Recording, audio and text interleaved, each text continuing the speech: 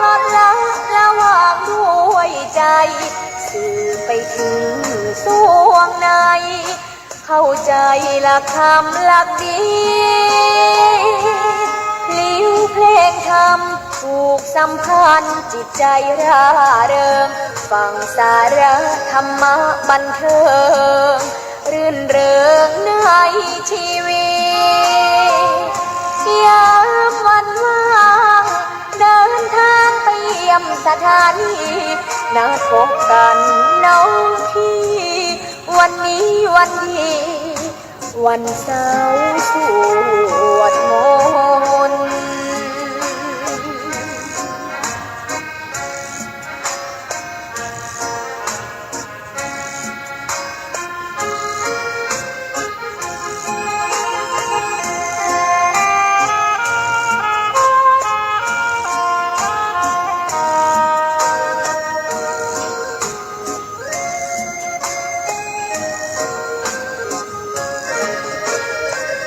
เสียงคลื่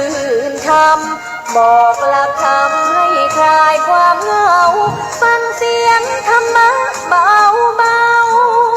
บอกเล่าถึงคนบ้านไกลสื่อธรรมะบอกลดละระหว่างด้วยใจสื่อไปถึงสวงในเข้าใจหลักธรรมหลักดีลิ้วเพลงธรรมผูกสัมพันธ์จิตใจร่าเริงฟังสาระธรรมะบันเทิงรื่นเริงในชีวิตยามวันว่างเดินทางไปเยี่ยมสถานีนัดพบกันน้องพี่วันนี้วันดีวันเสาร์สวดมนต์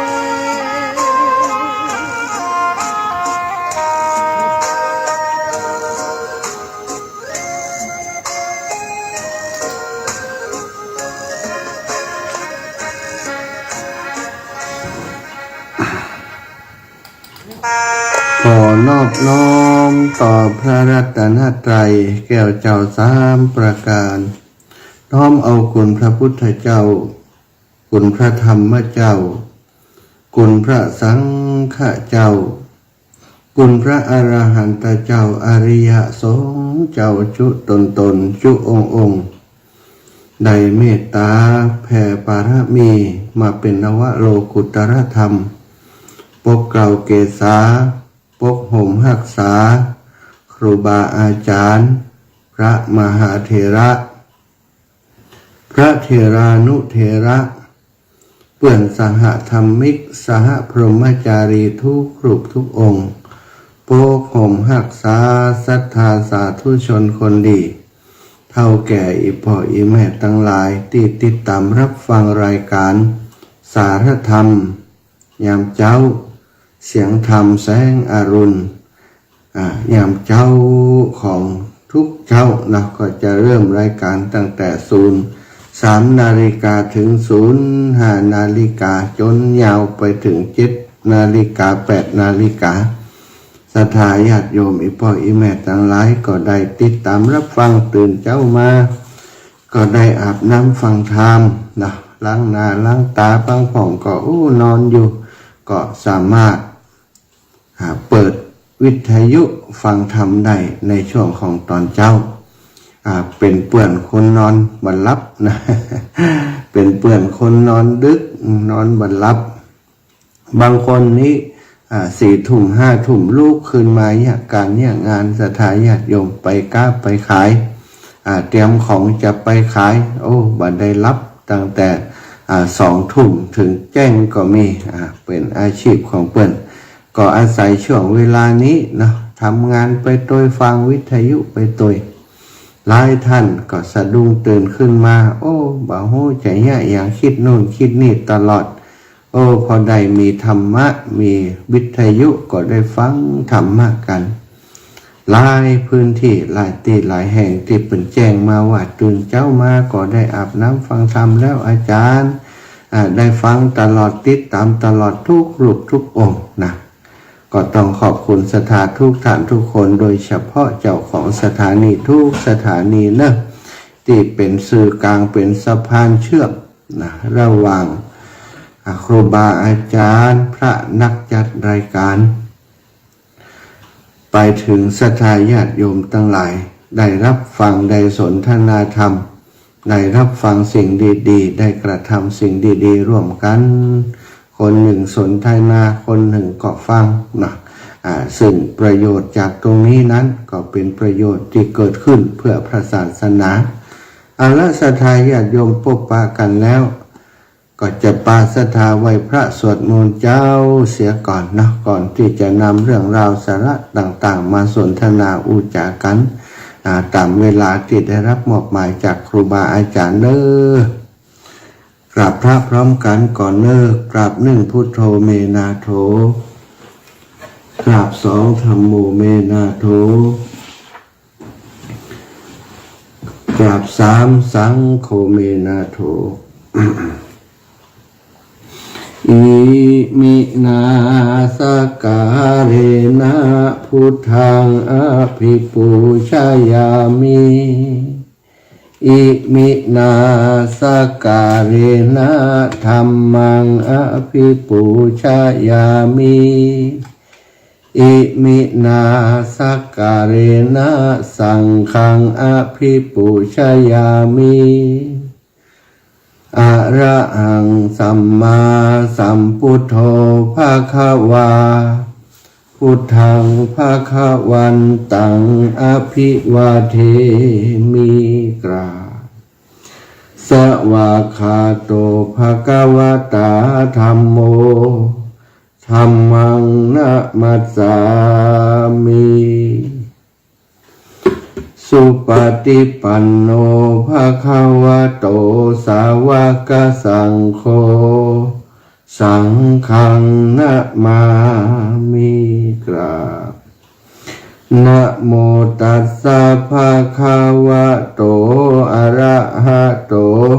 สัมมาสัมพุทธัสสะนะโมตัสสะภะคะวะโตอะระหะโตสัมมาสัมพุทธัสสะนะโมตัสสะภะคะวะโตอะระหะโตสัมมาสัมพุทธัสสะพุทธังสรณังคัจฉามิธัมมังสรณังคัจฉามิสังฆังสรณังคัจฉามิตุติยัมปิพุทธังสรณังคัจฉามิตุติยัมปิธัมมังสรณังคัจฉามิตุติยัมปิสังฆังสรณังคัจฉามิตติยัมปิพุทธังสรณังคัจฉามิตติยัมปิธัมมังสรณังคัจฉามิตติยัมปิสังฆังสรณังคัจฉามิอิติปิโสภะคะวะอะระหังสัมมาสัมพุทโธวิชชาจารณะสัมปันโนสุขโตโลกวิทูอนุตตโรปุริสธรรมสารทิสัทธาเทวมนุษย์สานังพุทโธภะคะวะติสวะคาโต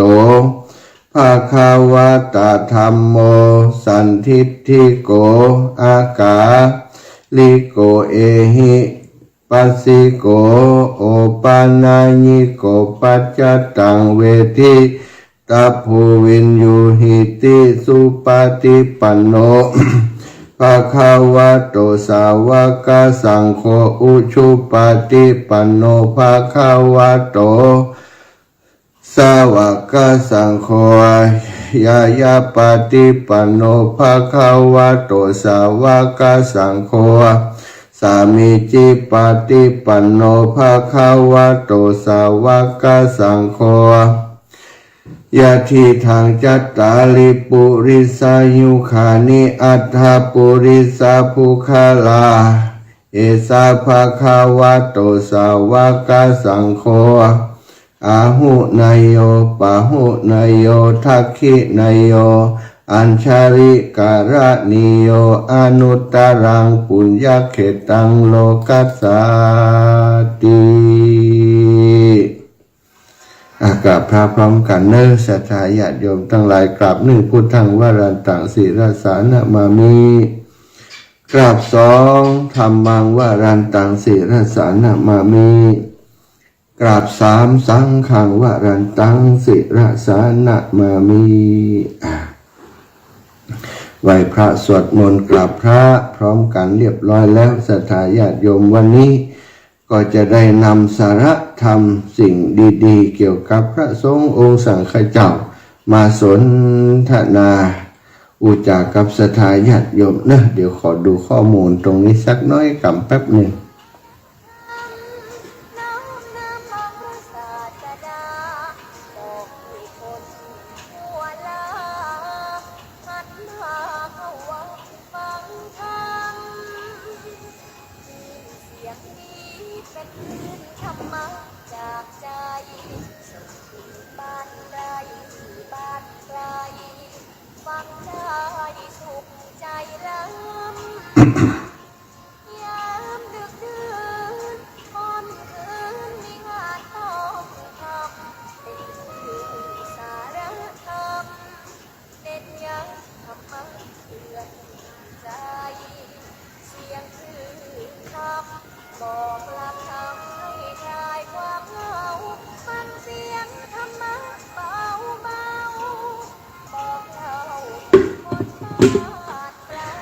ศรัทธาญาติโยม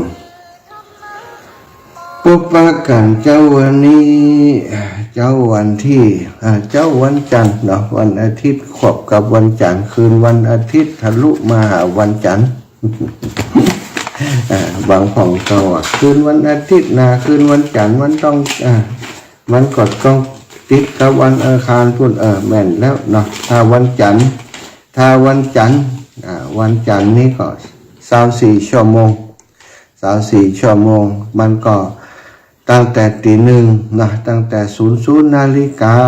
เนี่ยถึง6 โมงเดี๋ยวนี้มันมืดนะถึง6 โมงอันนี้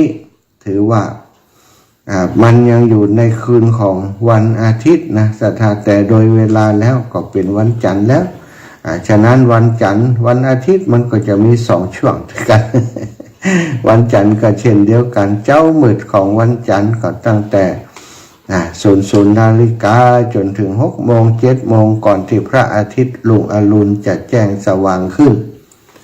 แล้วแห่งช่วงหนึ่งเนาะก็จะเป็นช่วงตั้งแต่6 โมงแรงไปจนถึง24 นาฬิกาอันนั้นคือช่วงของกลางคืนของวันจันทร์นะวันนี้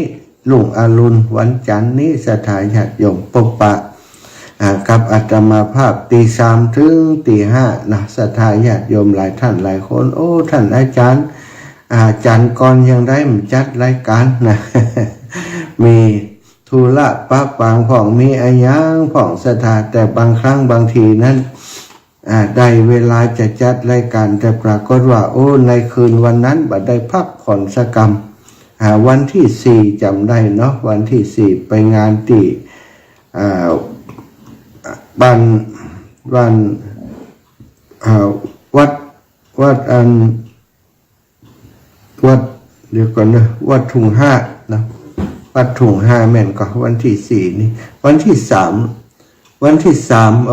3เซตงานจากจากเชียงใหม่เนาะก็มาที่บ้านถุงห้างานพระราชทานเพลิงศพหลวงปู่พระครูสถาพรปุญญาวัฒน์หลวงปู่บุญยังก็มางานมาร่วมเผาร่วมประชุมเพลิงเปิดมีพิธีตอนกลางวันตอนกลางคืนก็เป็นพิธีเผาจริงเนาะเผาหลอกกลางวัน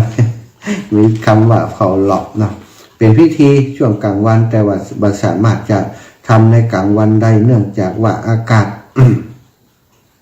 การพระราชทานเพลิงศพประชุมเพลิงนั้นมัน ส่วนใหญ่เนาะงานศพของพระสงฆ์องค์สังฆเจ้าจะทำในบริเวณพื้นที่ในวัดในวาสถานที่มันคับแคบแล้วก็มีเสนาสนะมีสิ่งปลูกสร้างอยู่รอบๆก็เลยถ้าทำตอนกลางวันนี่มันจะอันตรายเปลวไฟมัดไฟมันจะปิ้วนะไปตกตามบ้านจองเปิ่นจะเป็นอันตรายได้เปิ่นก็เลยนิยมทำกันกลางคืนกันเลยไปเสร็จงานจากวัดหม่อนห้วยแก้วแล้วเนาะงานปล่อยหลวงวัดหม่อนห้วยแก้ววันที่3ไปวัดสายมูลเรียบร้อยก็เดินทางไปวัดถุง5อำเภอวังเหนือสถานไปร่วมในพิธีปาสถาญาติโยมไปสองกันรถตู้ที่แรกว่าสถาก็จะอยู่ด้วยกันนั่นนะจนเผาศพจนประชุมเพลิงเรียบร้อยแล้วแต่ปรากฏว่าพอเวลาแล้วบางคนก็จะมีน้ำก้าของขายจะไปขายของตี 1 ตี 2ต้องตื่นแล้วก็เลยว่าคนอันจะมาได้พักกลับกันเถอะเปิ่นคนเลยกราบกันนะอาตมาก็อยู่กับท่านอาจารย์พระมหานพดลสุวรรณเมธีซึ่งเป็นประธานในพิธีเป็นเจ้าคณะอำเภอวังเหนือสถาน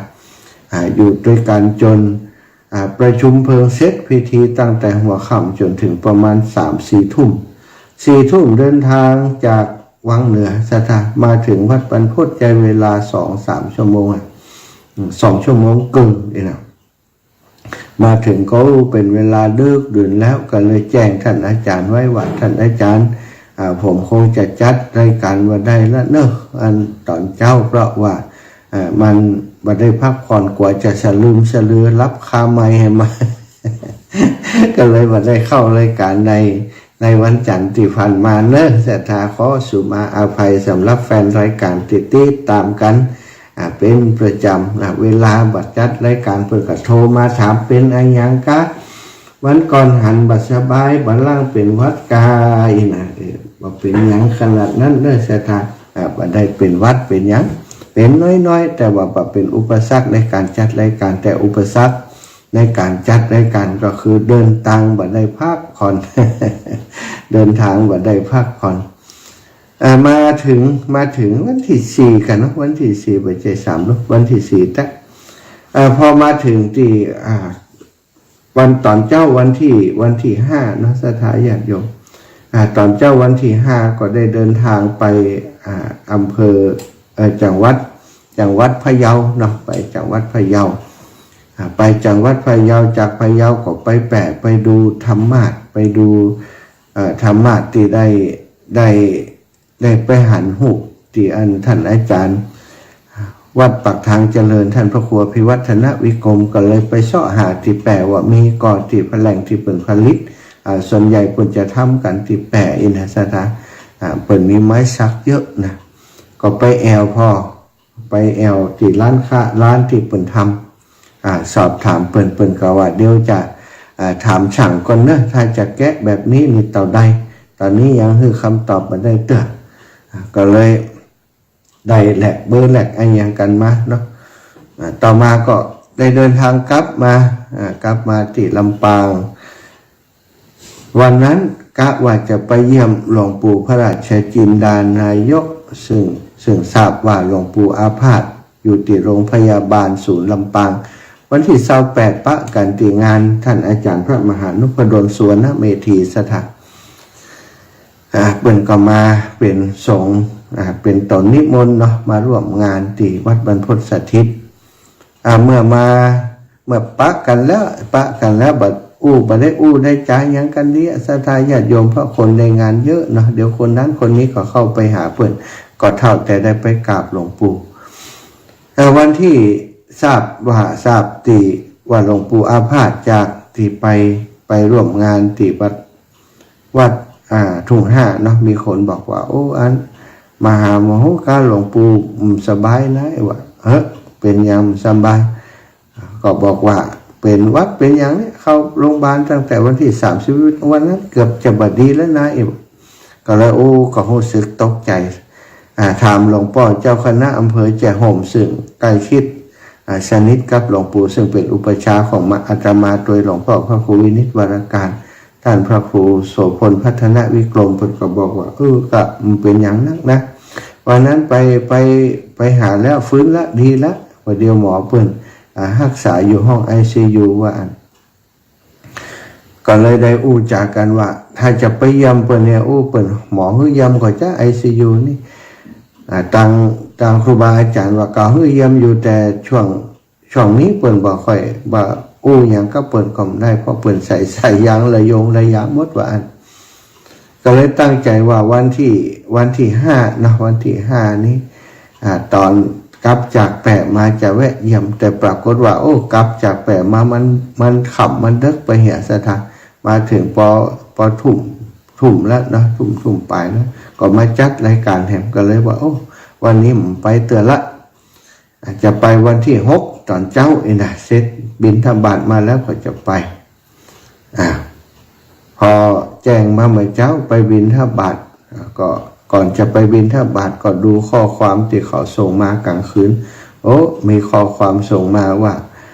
หลวงปู่พระราชจินดานายกมรณภาพเมื่อคืนที่ผ่านมาแล้ววัน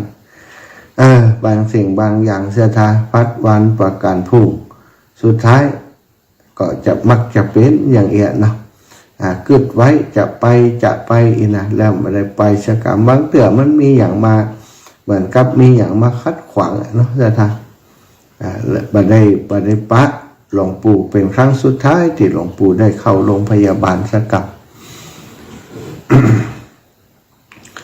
ที่ผ่านมาหลังจากที่หลวงปู่ได้มรณภาพไปอาตมาก็ได้ไปช่วยงานที่วัดพระเจดีย์สาวทุกวันสถานญาติโยมกลางคืนก็จะไปนอนเฝ้านะที่ศาลาเนื่องจากว่าลูกหลานก็จะป้ากันไปนอนไปที่ศาลาบำเพ็ญบุญไปนอนเป็นเปื้อนในงานเฮือเปื้อนนะมันมีความรู้สึกขันอย่างเหมือนกับว่าจะละเปื้อนอยู่คนเดียวจริงๆแล้วก็มีแต่สังขารกายสังขารที่บ่มีวิญญาณแล้วนะบ่รู้สึกอย่างแล้วแต่คนที่เป็นลูกเป็นหลานบางครั้งบางทีมันมีความรู้สึกหันอย่าง ไม่อยากให้หลวงปู่ง่อมนะก็ไปนอนเป็นเพื่อนก็มีลูกศิษย์ลูกหาของหลวงปู่หลายรูปหลายองค์แล้วก็หลายคนลูกหลานเพื่อนกับไปนอนด้วยกันแต่ค่ำคืนที่ผ่านมานี่งด1 คืนเนื่องจากว่าตอนเจ้านี้จะต้องจัดรายการสถานถ้าไปปุ้นก็ต้องตีรถมาแต่เจ้านะมันก็จะลำบากคนขับรถโดยก็เลยคืนที่ผ่านมาบัดได้ไปนอนที่วัดพระเจดีย์เศร้าหลังสักกรรมแต่เจ้าวันนี้ก็จะต้องเดินทางไปร่วมงานละเพราะวันนี้ครบรอบ7 วันสถานครบรอบ7 วันซึ่งเป็นเรียกว่าสัตตมวานนะสัตตมวานสัตตมะที่7วันที่7ของการที่หลวงปู่ได้มรณภาพไปเปิ้นก็จะมีการทำบุญครบรอบ7 วันวันนี้บรรดาพุทธศาสนิกชนพระสงฆ์องค์สังฆเจ้าลูกศิษย์ลูกหาญาติพี่น้องก็ได้มาจะไปประชุมชุมนุมกันที่วัดพระเจดีย์เสาหลังบำเพ็ญบุญบำเพ็ญกุศลให้กับพระเดชพระคุณหลวงปู่ตามเหตุตามห้อยตามแบบเบ้าประเพณีโดยเฉพาะประเพณีของการทำบุญในงานศพที่เป็นศพในพระบรมราชานุเคราะห์พระราชทานเพลิงศพนะก็จะมีพิธีระเบียบพิธีถ้าครบ7 วันแล้วก็จะทำพิธีเรียกว่าสัตตมวานก็จะนิมนต์พระสงฆ์องค์สังฆเจ้ามาสวดมนต์นะแล้วก็มารับไตรธรรมไตรทานมีการแสดงพระธรรมเทศนาโดยสถานวันนี้ศรัทธาญาติโยมชาวลำปางที่อยู่บักไก่เนอะจากวัดพระเจดีย์เสาหลังจะไปร่วมบุญก่อนนี้เจริญพรเลยตลอดถึงครูบาอาจารย์ทุกกลุ่มทุกองค์เนาะในเครือข่ายก็ดีนอกเครือข่ายก็ดีที่ฟังรายการถือว่าอยู่ในเครือข่ายครอบครัวคลื่นสีขาวของเฮาเนาะได้ฟังรายการอยู่ในขณะนี้ได้รับทราบว่าโอ้วันนี้มีสัตตมวานสมภารท่านเจ้าครูบาอาจารย์ตลอดถึงญาติโยมทั้งหลายบ่มีภาระธุระหรือว่าสามารถพอจะปลีกเวลามาร่วมบุญร่วมกุศลด้วยกันได้ก็นิมนต์และก็เจริญพรศรัทธาทุกท่านทุกคนนะ พระเดชพระคุณหลวงปู่พระราชจินดานายกนี้เป็นผู้ที่มีอุปการะคุณกับอาตมาและครอบครัวเนาะตั้งแต่น้อยๆมาบัดได้สัมผัสกับชื่อของทุกเจ้าไอทุกเจ้าไอทุลุงไอนะตอนเราได้ยินก็คือแม่เจ้าห้องวัดทุลุงห้องตัวลูกตัวหลานถ้าอาตมาจะห้องถูกก็คือเป็นทุลุงเป็นทุลุงเป็นไอของแม่ ห้องวัดทุลุงเนาะแต่ถ้าห้องตัวลูกอาตมาก็คือหลวงปู่จากห้องแบบนั้นก็เลยห้องตัวลูกเมื่อเขามีลูกมีหลานแล้วก็หลวงปู่เป็นอายุเป็นนักขึ้นก็ห้องหลวงปู่หลายๆคนก็เลยกลายติดกับอาตมาและพี่น้องห้องว่าหลวงปู่เหมือนกันหลายคนก็คงจะมีลักษณะเช่นเดียวกันเนาะเคารพนับถือเป็นปู่เป็นลุงเป็นลุงเป็นเอาเป็นอย่างก็แล้วแต่พอเปิดอายุนักขึ้นเขามีลูกมีเต้าก็ห้องโดยลูกโดยเต้าห้องว่าหลวงปู่ตอนที่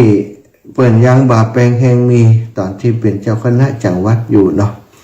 เปิดสนใจงานบริหารด้านต่างๆด้านการศึกษาด้านการพัฒนาพระสงฆ์องค์สังฆเจ้าต่างๆมีการอบรมวิปัสสนากรรมฐานอบรมจริยธรรมคุณธรรมต่างๆที่วัดพระเจดีย์เสาหลังมาโดยตลอดสถานมีกิจกรรมอย่างต่อเนื่องในการอบรมสัมมนาวัดเจดีย์เสาจึงเป็นแหล่งที่ให้ความรู้แก่พระสงฆ์องค์สังฆเจ้าตลอดถึงศรัทธาญาติโยมโดยมีหลวงปู่เป็นคนที่อุปถัมภ์ต่อมาอาตมาได้มาทำกิจกรรมเกี่ยวกับเรื่องภัยพิบัติเรื่องสิ่งแวดล้อมต่างๆเพราะเนื่องจากว่ามีอยู่ปีหนึ่งรู้สึกว่าจะเป็นปี58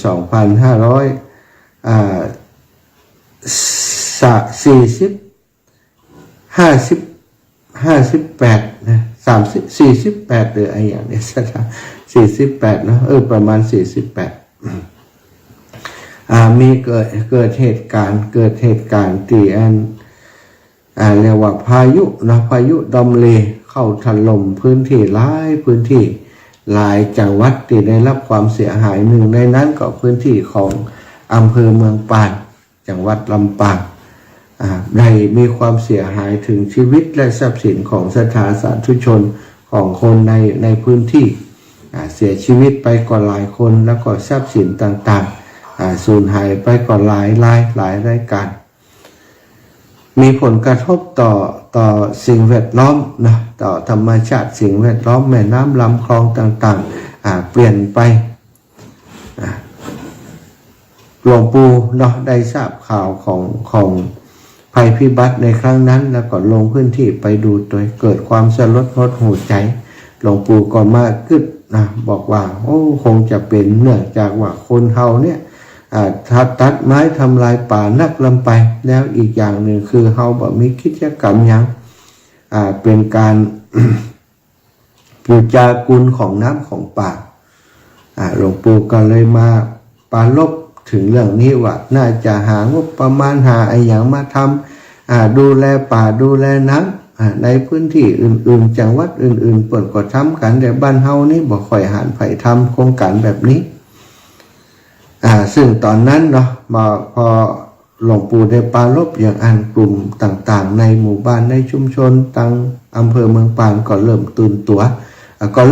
วจากภัยพิบัตินั่นแหละศรัทธาญาติโยม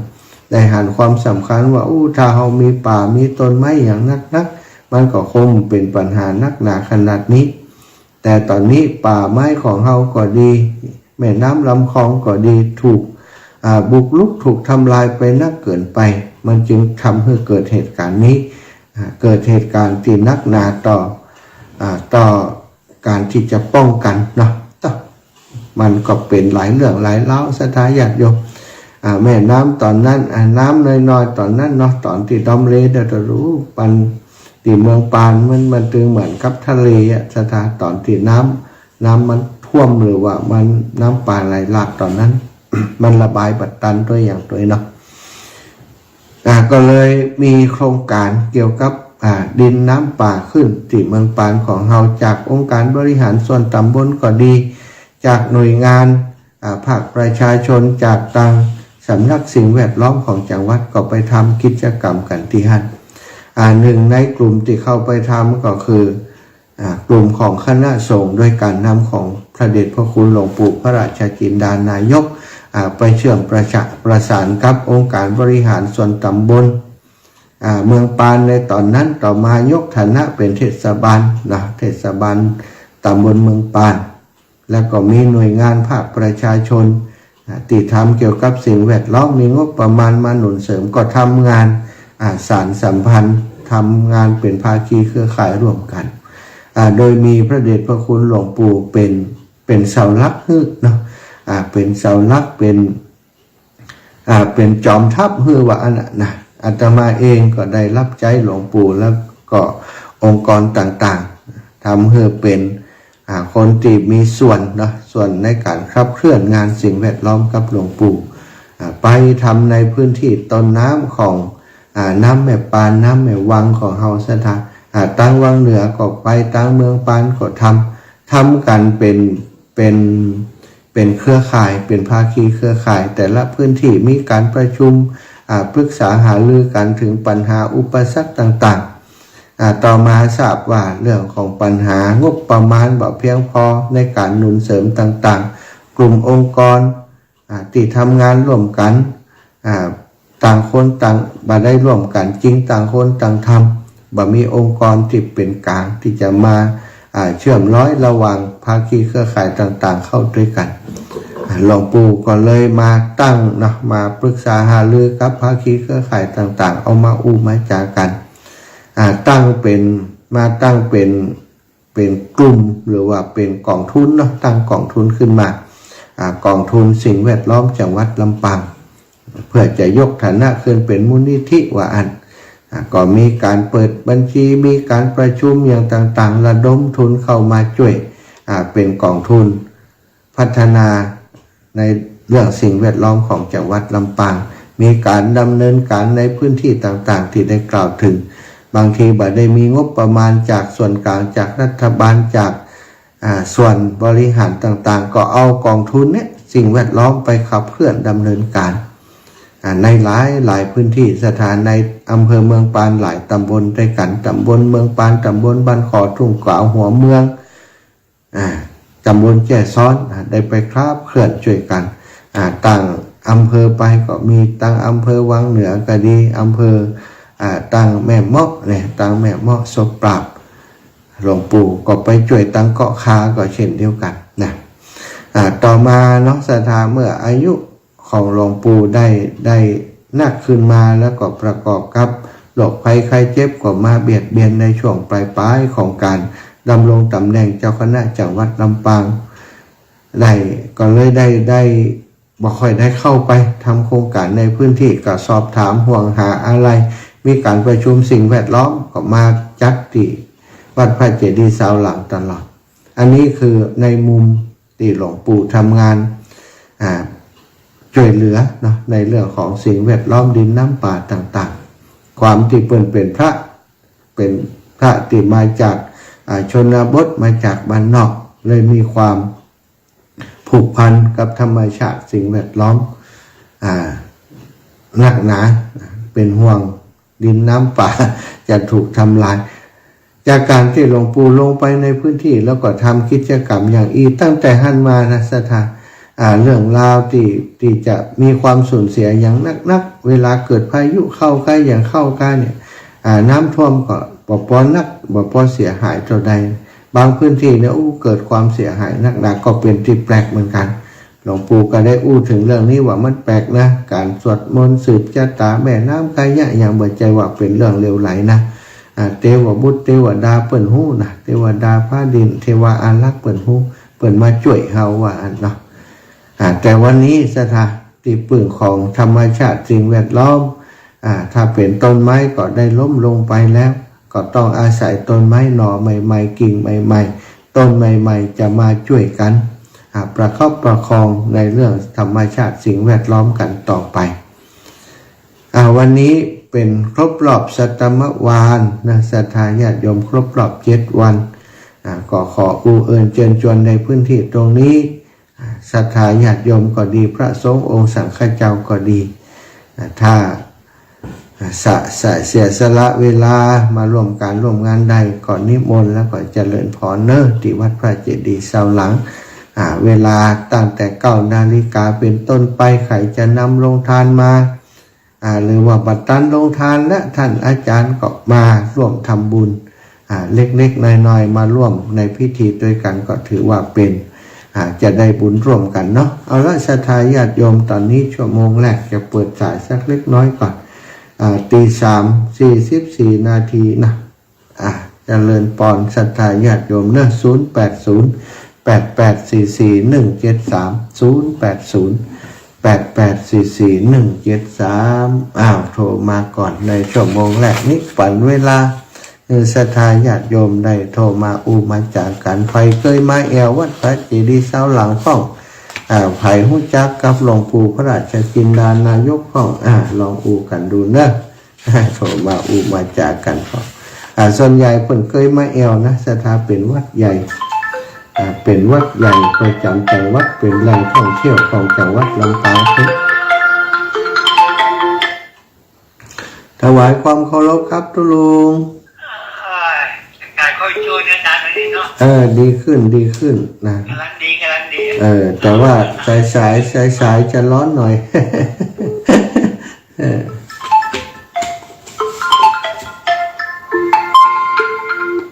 เจริญพรโยมแม่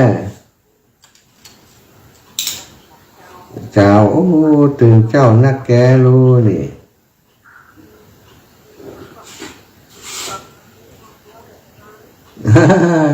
ตื่นมาฟังเพลงไหนคะบ่าหายไปไหนล่ะอะไรหาแฟนด้วยกัน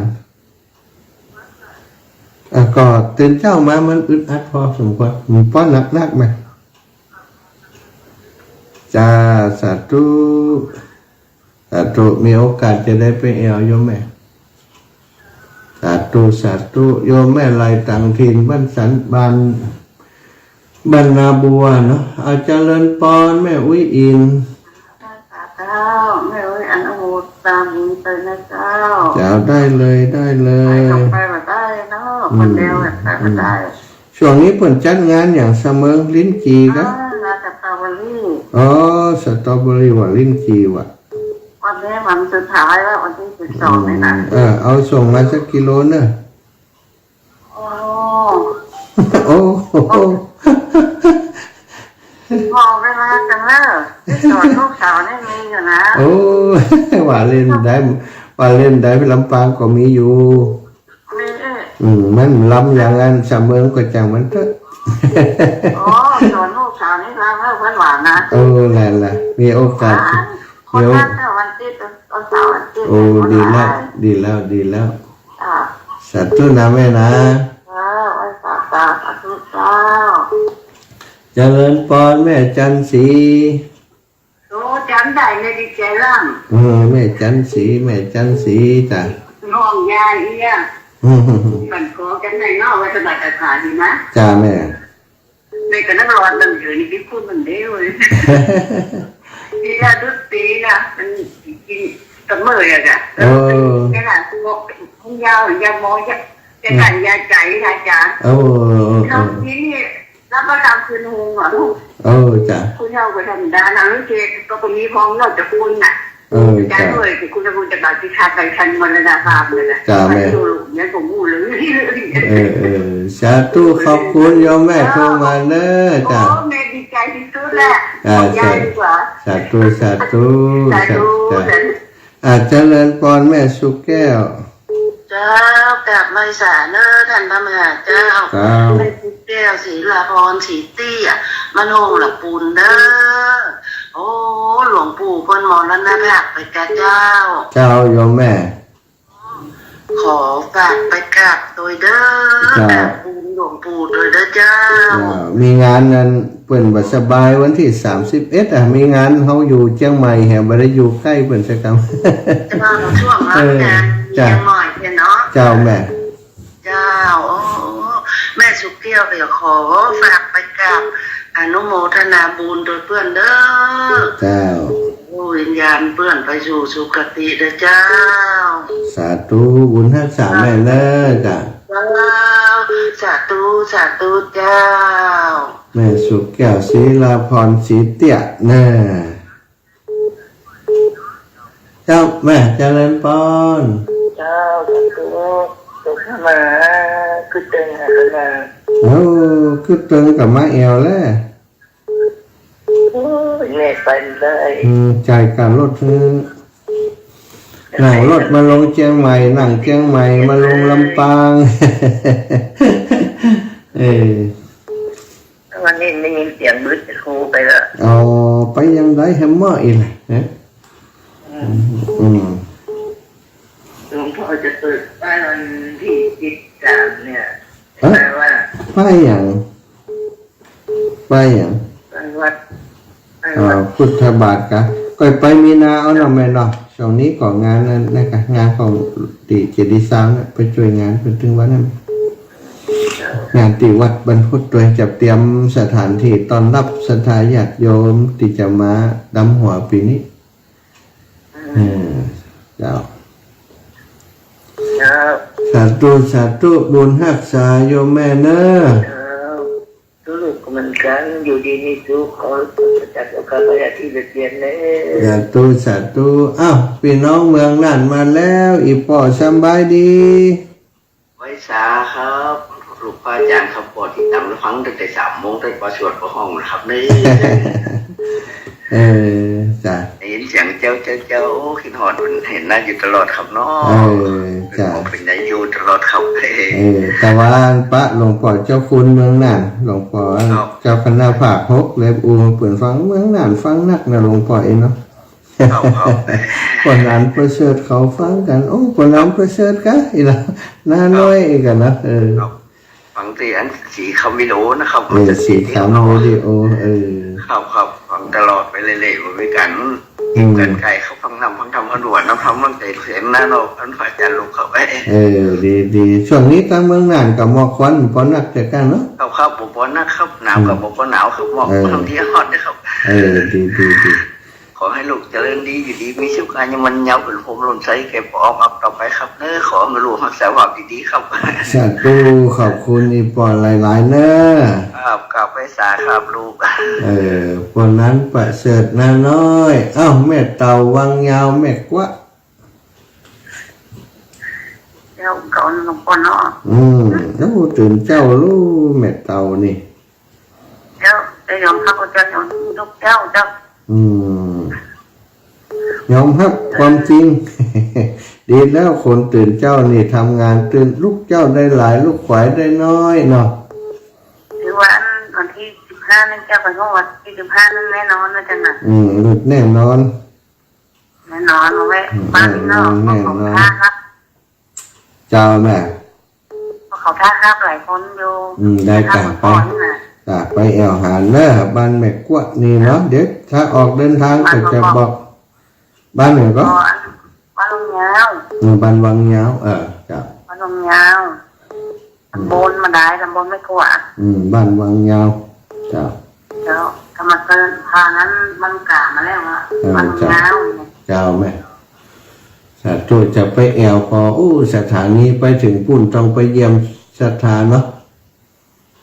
จ้าสาธุขอบคุณแม่นะแม่น้อยอุตดีไม่ทันรับสักกรรมเจริญพรโยมแม่คำนวณพี่น้องดินดำนั่นดีเจ้าแม่ทำอยู่เลยตื่นแต่เช้าแล้วมาแอวเจ้ากี่ดีเช้าวันนี้ไปบ้านได้เลยจ้ะมันไม่โมไม่เปลี่ยนมันเท่านี้มาคนเดียวกับไปเอาหมูมาเอาหมูให้ไปมันแบบเคยไปมาหัวตีchỉ đi sáu một cái má cả mình màเคยหันกันเจียนะคนลำปางมันได้ไหมมันได้หันนะว่าลำปางหลวงเนี่ยว่าตอนนี้มันได้ไปนะได้ไปกันเจียดูมาเลยจะปั๊บไปเอาพร้อมลำได้ไปสักครั้งเนาะจ้าอีมา เจ้า จ้าขอบคุณแม่เนอะพี่น้องบ้านดินดามโยมแม่คำนวณเป็นแฟนรายการติดตามมาเมื่อนะเจริญพรแม่ดวงดี จ้าตื่นมาเดียวนี้ ตื่นมาก็โทรศัพท์เลยนี่ เป็นบ้าค่ะ ตื่นมาเหมือนได้ฟังสักอย่างโทรศัพท์เลย มาหาเด็กสั่งหูเรื่องแล้วมันตื่นไหม เพิ่นอู้อย่างหูเรื่องแต่ว่าโทรติดนี่เนาะแปลกเนาะ แม่ดวงดีเปิ่นได้ว่าดวงดีแล้วนี่ จ้า แม่ดวงดีนาลัตตาน้ำลัดจอมตองอยู่ดีมีสุขเนอะ จ้า สาธุมีโอกาสจะไปแอวหำใหม่แม่สุแก้วคำอ้วนสีโพธารามยางเนิ่งสารปีเจริญปอนแม่วันนี้อยู่ลำปางแม่อยู่ที่ตั้งฐานที่ตั้งวัดบรรพตสถิตแม่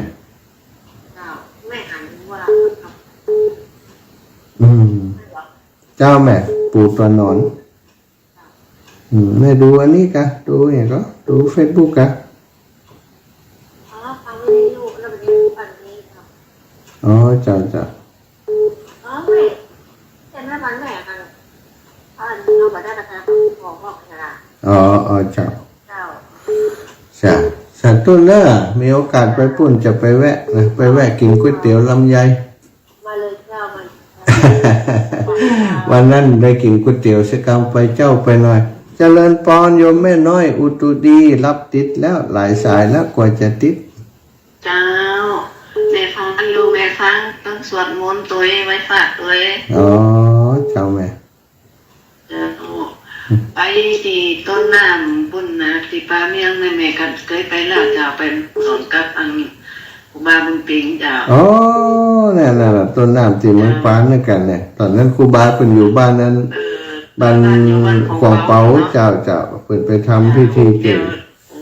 วัดอยู่วัดคุณแล้วมันไก่แล้วน้องไปนะเปิดกำได้จ้า อ๋อเจ้าอีแม่ ได้ไปเลยก็เปิดนะ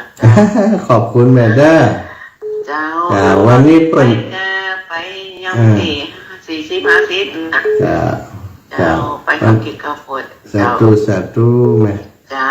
เจ้าให้สาเจ้าครับ วันนี้ท่านครูบาเพิ่นก็เอาอันเนี่ยก็มีเกี้ยวไปกันฮะแม่สาธุตีอันงานเจริญปอนแม่ฟองจาน ข้าไว้สาเจ้า พี่น้องดอยหล่อสาธุจ้าแม่ เจ้าฟังกับเจ้ารับตื่น รับไปด้วยฟังไปด้วยหน่อไว้หน่อ มันจะดีซาไม่เคยได้ไปแล้ว อ๋อเคยไปแล้วเนาะก็แผ่นวัดหนึ่งนะเป็นวัดหนึ่งที่ วัดพระแก้ว โรงเรียนปริญญาตรี วัดพระแก้วดอนเต้าสุชาดารามเจ้า ก็มีพระธาตุพุทธคยานน่ะ อ๋อพุทธคยานนี่ปุ่นดีแม่อันเหงาปุ่นน่ะวัดอย่างก็จองคำแม่นั่นแหละ วัดจองคำหลวงปู่จ้ะ เจ้า เจ้าสาธุแม่นะ แม่ฟองจันทร์จากดอยหล่ออนุโมทนาบุญศรัทธาญาติโยม03:57 นาทีตอนนี้จะพักผ่อนก่อนนะเดี๋ยวก็ติดตามกันช่วงต่อไปได้ได้จากกันต่อไปช่วงนี้ขออนุญาตพักผ่อนแป๊บหนึ่งเนื้อศรัทธาญาติโยมทั้งหลาย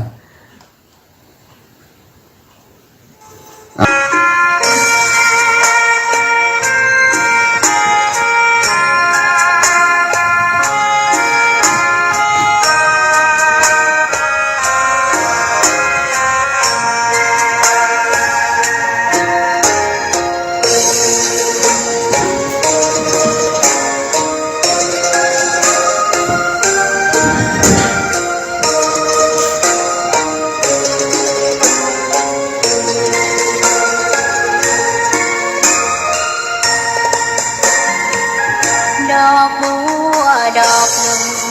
ตึงใจไว้เพื่อบูชาแด่องค์พระศาสดาสัมมาสัมพุทธเจ้ามีความงามเงียบไม่ เปรียบเทียบเขาเทียบเราใครมองไม่งามช่างเขาแต่เจ้าก็คือดอกบัวด้วยความสัตย์ซื่อยึดถือความดีเป็นหลักใครรักไม่รักก็ไม่จมปลักมองมัวเมื่อโผล่พ้นน้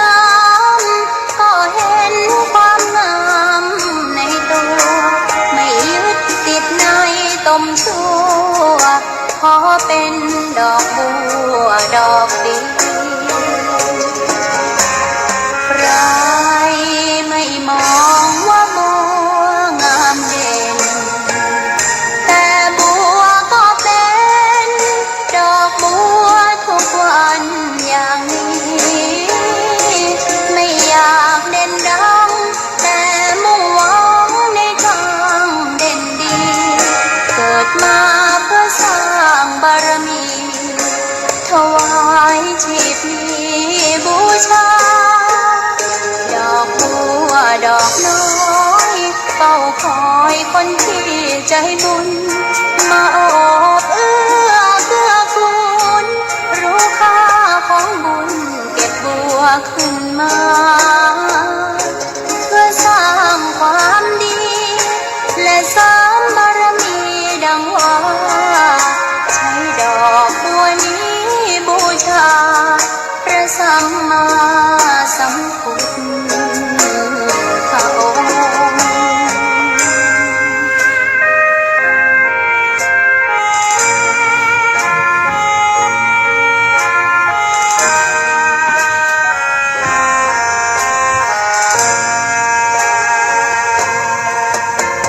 ใครไม่มองว่าบัวงามเด่นแต่บัวก็เป็นดอกบัวทุกวันอย่างนี้ไม่อยากเด่นดังแต่มุ่งหวังในทางเด่นดีเกิดมาเพื่อสร้างบารมีถวายชีพนี้บูชาดอกบัวดอกน้อยเฝ้าคอยคนที่ใจบุญมาโอบเอื้อเกื้อกูลรู้ค่าของบุญเก็บบัวขึ้นมาเพื่อสร้างความดีและเสริมบารมีดังว่าใช้ดอกบัวนี้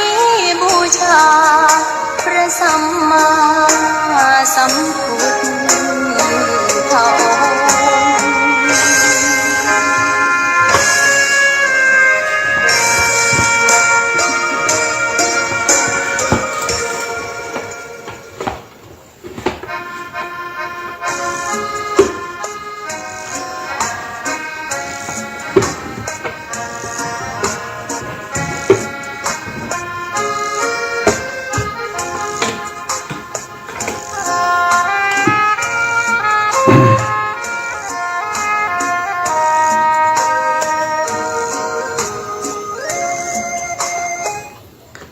ศรัทธาญาติโยมพบกันชั่วโมงที่สองเนาะอรุณสวัสดิ์ธรรมะสวัสดีชั่วโมงที่สองวันจันทร์ที่12เดือนกุมภาพันธ์2567ศรัทธาอย่างเข้ามา2567อย่างเข้ามาเป็นเดือนที่สองแล้วศรัทธาญาติโยมเท่าแก่อีป่อยอีแม่ทั้งหลายยังมั่นคงเนาะในการตื่นเจ้ามาได้อาบน้ำฟังธรรมได้ฟังธรรมะอาจจะเบาพ้องนักพ้องแล้วแต่ที่ครูบาอาจารย์เพิ่นจะนำมาเสนอเนาะสำหรับอาตมาภาพก็จะเป็นธรรมะเบาๆ เรื่องราวต่างๆที่เป็นอันเป็นสาระอันเป็นประโยชน์มาแบ่งปันมาบอกกล่าวมาเล่าให้ศรัทธาญาติโยมฟังชั่วโมงแรกผ่านไปได้ได้จากันปูชนียบุคคลพระสงฆ์ผู้ที่มีคุณูปการต่อวงการ คณะสงฆ์จังหวัดลำปางหลวงปู่เป็นเจ้าอาวาสวัดพระเจดีย์ซาวหลังจากวัดราชธรรมดาพัฒนามาจนเป็นวัดอารามหลวงศรัทธาญาติโยมแล้วก็มาเท่าแต่นั้นหลวงปู่ก็ยังได้เป็นเจ้าคณะปกครองไต่เต้ามาเป็นลำดับจากเจ้าอาวาสเจ้าเป็นเจ้าคณะตำบลเป็นเจ้าคณะเป็นรองอำเภอเป็นเจ้าคณะอำเภอเป็นรองจังหวัดและก็ขึ้นมาเป็นเจ้าคณะจังหวัดในที่สุดถือว่าเป็นพระที่มีความรู้ความสามารถในหลายๆด้านศรัทธาญาติโยมเป็นพระสงฆ์ผู้มีปฏิปทาที่ดีตั้งแต่เป็นพระเถรเน้นน้อยมาก็ศึกษาเราเรียนสวดสูตรต่างๆนี่ไฟมาต้องไปแข่งสถานจังหวัดลำปางถือว่าหลวงปู่นี่ก็เป็นหนึ่งในเรื่องของการสวดมนต์สวดมนต์นี้7 ตำนาน12 ตำนานบทสวดสำคัญต่างๆธรรมจักรปวัตตนสูตรอนัตตลักษณสูตรอาทิตตปริยายสูตรสถานสวดได้หมดที่มีอยู่ในหนังสือสวดมนต์แล้วก็มีการสวดมนต์ทุกวันที่วัดพระเจดีย์ซาวหลังวันละ3 รอบหลวงปู่ถ้าไปที่ไหนก็จะนำสวดอยู่เป็นประจำทุกวันสถานแม้กระทั่งบางครั้งบางทีบ่ได้พักผ่อนแต่ตื่นเจ้ามาจะต้องได้ยินเสียงเพิ่นก็ถือว่าเป็นพระสงฆ์ที่มีปฏิปทาที่เยี่ยมยอดองค์หนึ่งในจังหวัดลำปางวันก่อนได้นั่งอู้ครับลูกศิษย์ลูกหาของเปิ้นเมื่อก่อนนี้มาหาหลวงปู่นี่มาหาหลวงพ่อนี่ต้องพอก่อนว่าตอนใดเป็นหลวงพ่อเพราะปกติในเวลาเพียวพัดปัดกวาดขี้เงี้ยขี้โกงเนี่ยเปิ้นตัวใบใหญ่เปิ้นตัวตอนเนนเนี่ยว่ะ ตัวเปิ้นน้อยปักล็อกจะได้เวลากวาดใบไม้ใกล้อย่างการนี่ถ้าปอมคำเนนแล้วก็มันกัดเปิ้นกัดถึงตัวต่อเนนได้เนาะตัวน้อยตัวใบใหญ่ มีติสังเกตอยู่อย่างเดียวว่าแม่นหลวงปู่ก็แม่นนั่นก็คือถ้าใส่แว่นแม่นละอีว่า อาศัยว่าพระเปิ้นใส่แว่นก็แม่นละนะพัฒนาวัดวาอารามในศรัทธากวาดทุกวันตื่นเจ้ามาก็ปาพระสงฆ์องค์สังฆเจ้าที่วัดกวาดวัดละมะหลวงปู่ในท่าไผ่มากวาดก็ไปกำไม้อยู่ฮันเนอร์ กินข้าวเจ้าบ้านแล้วแบบมาแยกการแยกงานเป็นบาปเป็นกรรมลูกมาช่วยกันปัดกันกวาดเนอะตอนนี้เปิ่นช่วยกันนี่ทึดคนนั้นคนนี้เปิ่นมาช่วยกันนี่เฮาอยู่ที่ไหนมาช่วยบ่ต้องให้ได้ห้องชื่อเนอะอีว่ากวาดไปกวาดทำวัดกวาดเสร็จก็มากวาดวัดซะท่าเปิ่นมีวัดปฏิบัติเป็นประจำเนาะเป็นอย่างอันทุกวันบางพ่อก็ไปบิณฑบาตติ่มไปบิณฑบาตก็ต้องทำหน้าที่กวาดวัดเตรียมหอฉันเตรียมโรงฉันสมัยก่อนพระภิกษุสามเณรนี่ศรัทธาญาติโยมเป็นร้อยๆนะอยู่วัดพระเจดีย์ซาวหลังเปิ่นมีสำนักเรียนดอกเป็นสำนักเรียนตึงเฮียนตึงปริยัตินะปริยัตินี่ก็คือต่างสายสามัญก็มีสายบาลีสายนักธรรมก็มีเปิดหมดหลวงปู่เปิดตั้งแต่ศึกษาผู้ใหญ่มาปริยัติธรรมเป็นมัธยมก็มีสถานมัธยมตั้งแต่ม.1 เนาะม.1 ถึงม.6 นะเคยเปิดที่วัดพระเจดีย์ซาวหลังต่อมาเมื่อพระภิกษุสามเณรน้อยลงการบริหารมันยากลำบากหลายอย่างก็เปลี่ยนมาเป็นบาลีเป็นนักธรรมนะต่อมาเพื่อบาลีนักธรรมมันมีคนสนใจเฮียนน้อยลงก็ปิดไปก็เป็นสำนักวิปัสสนาของจังหวัดลำปางมีการอบรมวิปัสสนาตลอดทุกระยะในระหว่างปีในช่วงเข้าพรรษาออกพรรษาก็มีเป็นประจำอันนี้คือเกียรติคุณผลงานต่างๆของพระสงฆ์องค์สังฆเจ้ารูปหนึ่งศรัทธาญาติโยมการมาบวชในพุทธศาสนานั้นมีหลายกรณีเนาะบางคนเปิ่นก็บวชมา เรียกว่าถ้าตามที่เปิ่นบอกลักษณะของการบวชของคนมีอยู่5 จำพวกด้วยกันนี้ จำพวกที่หนึ่งเปิ่นบวชมาเรียกว่าอุปชีวิตกาเนาะอุปชีวิตกาบวชเพื่อจะหาเลี้ยงชีพนี่บางพวกบวชมาก็หลังจากว่าเป็นฆราวาสญาติโยมมันลำบากนักแกเนาะอย่างมีเรื่องเล่าเตียน มีกฐาชายนายคนหนึ่งนะบวชเป็นเจ้าบ้านทำไร่ทำนาเนาะไปยะการอยู่ในไห่ในนาแล้วก็เอางัวไปลำแล้วก็มาป้านคันนาซะท่าป้านคันนากินข้าวแล้วกาก็ไปจะมาไถนาไปเสาะหาควายงัวไปเสาะหางัวไปไหนเห็นแล้วมันหลุดจากที่มัดไว้ซะท่าก็ไปต้ยหางัวต้ยหาป่ะปรากฏว่างัวไปทางใดหมู่ซะท่าไปต้ยหาไปปะใส่ไปปะใส่ติดตุเจ้าเปิ่นอยู่นะตุเจ้าเปิ่นอยู่เปิ่นฉันเจ้าแล้วพอดีเปิ่นกำลังจะเก็บกับข้าวกับปลาเปิ่นฉันเจ้าไว้เรียบร้อยละนายคนนั้นก็ไปเสาะหางัวต้องหิวข้าวพอดีกะเข้าไปในวัดก็เลยพระคุณเจ้ามีกับข้าวกับปลาเหลือผมก็ครับวันนี้ผมไปเสาะหางัวหิวครับว่ามาได้กินข้าวดีครับแต่ว่าไปเสาะหางัวหิวข้าวก็ลวดไป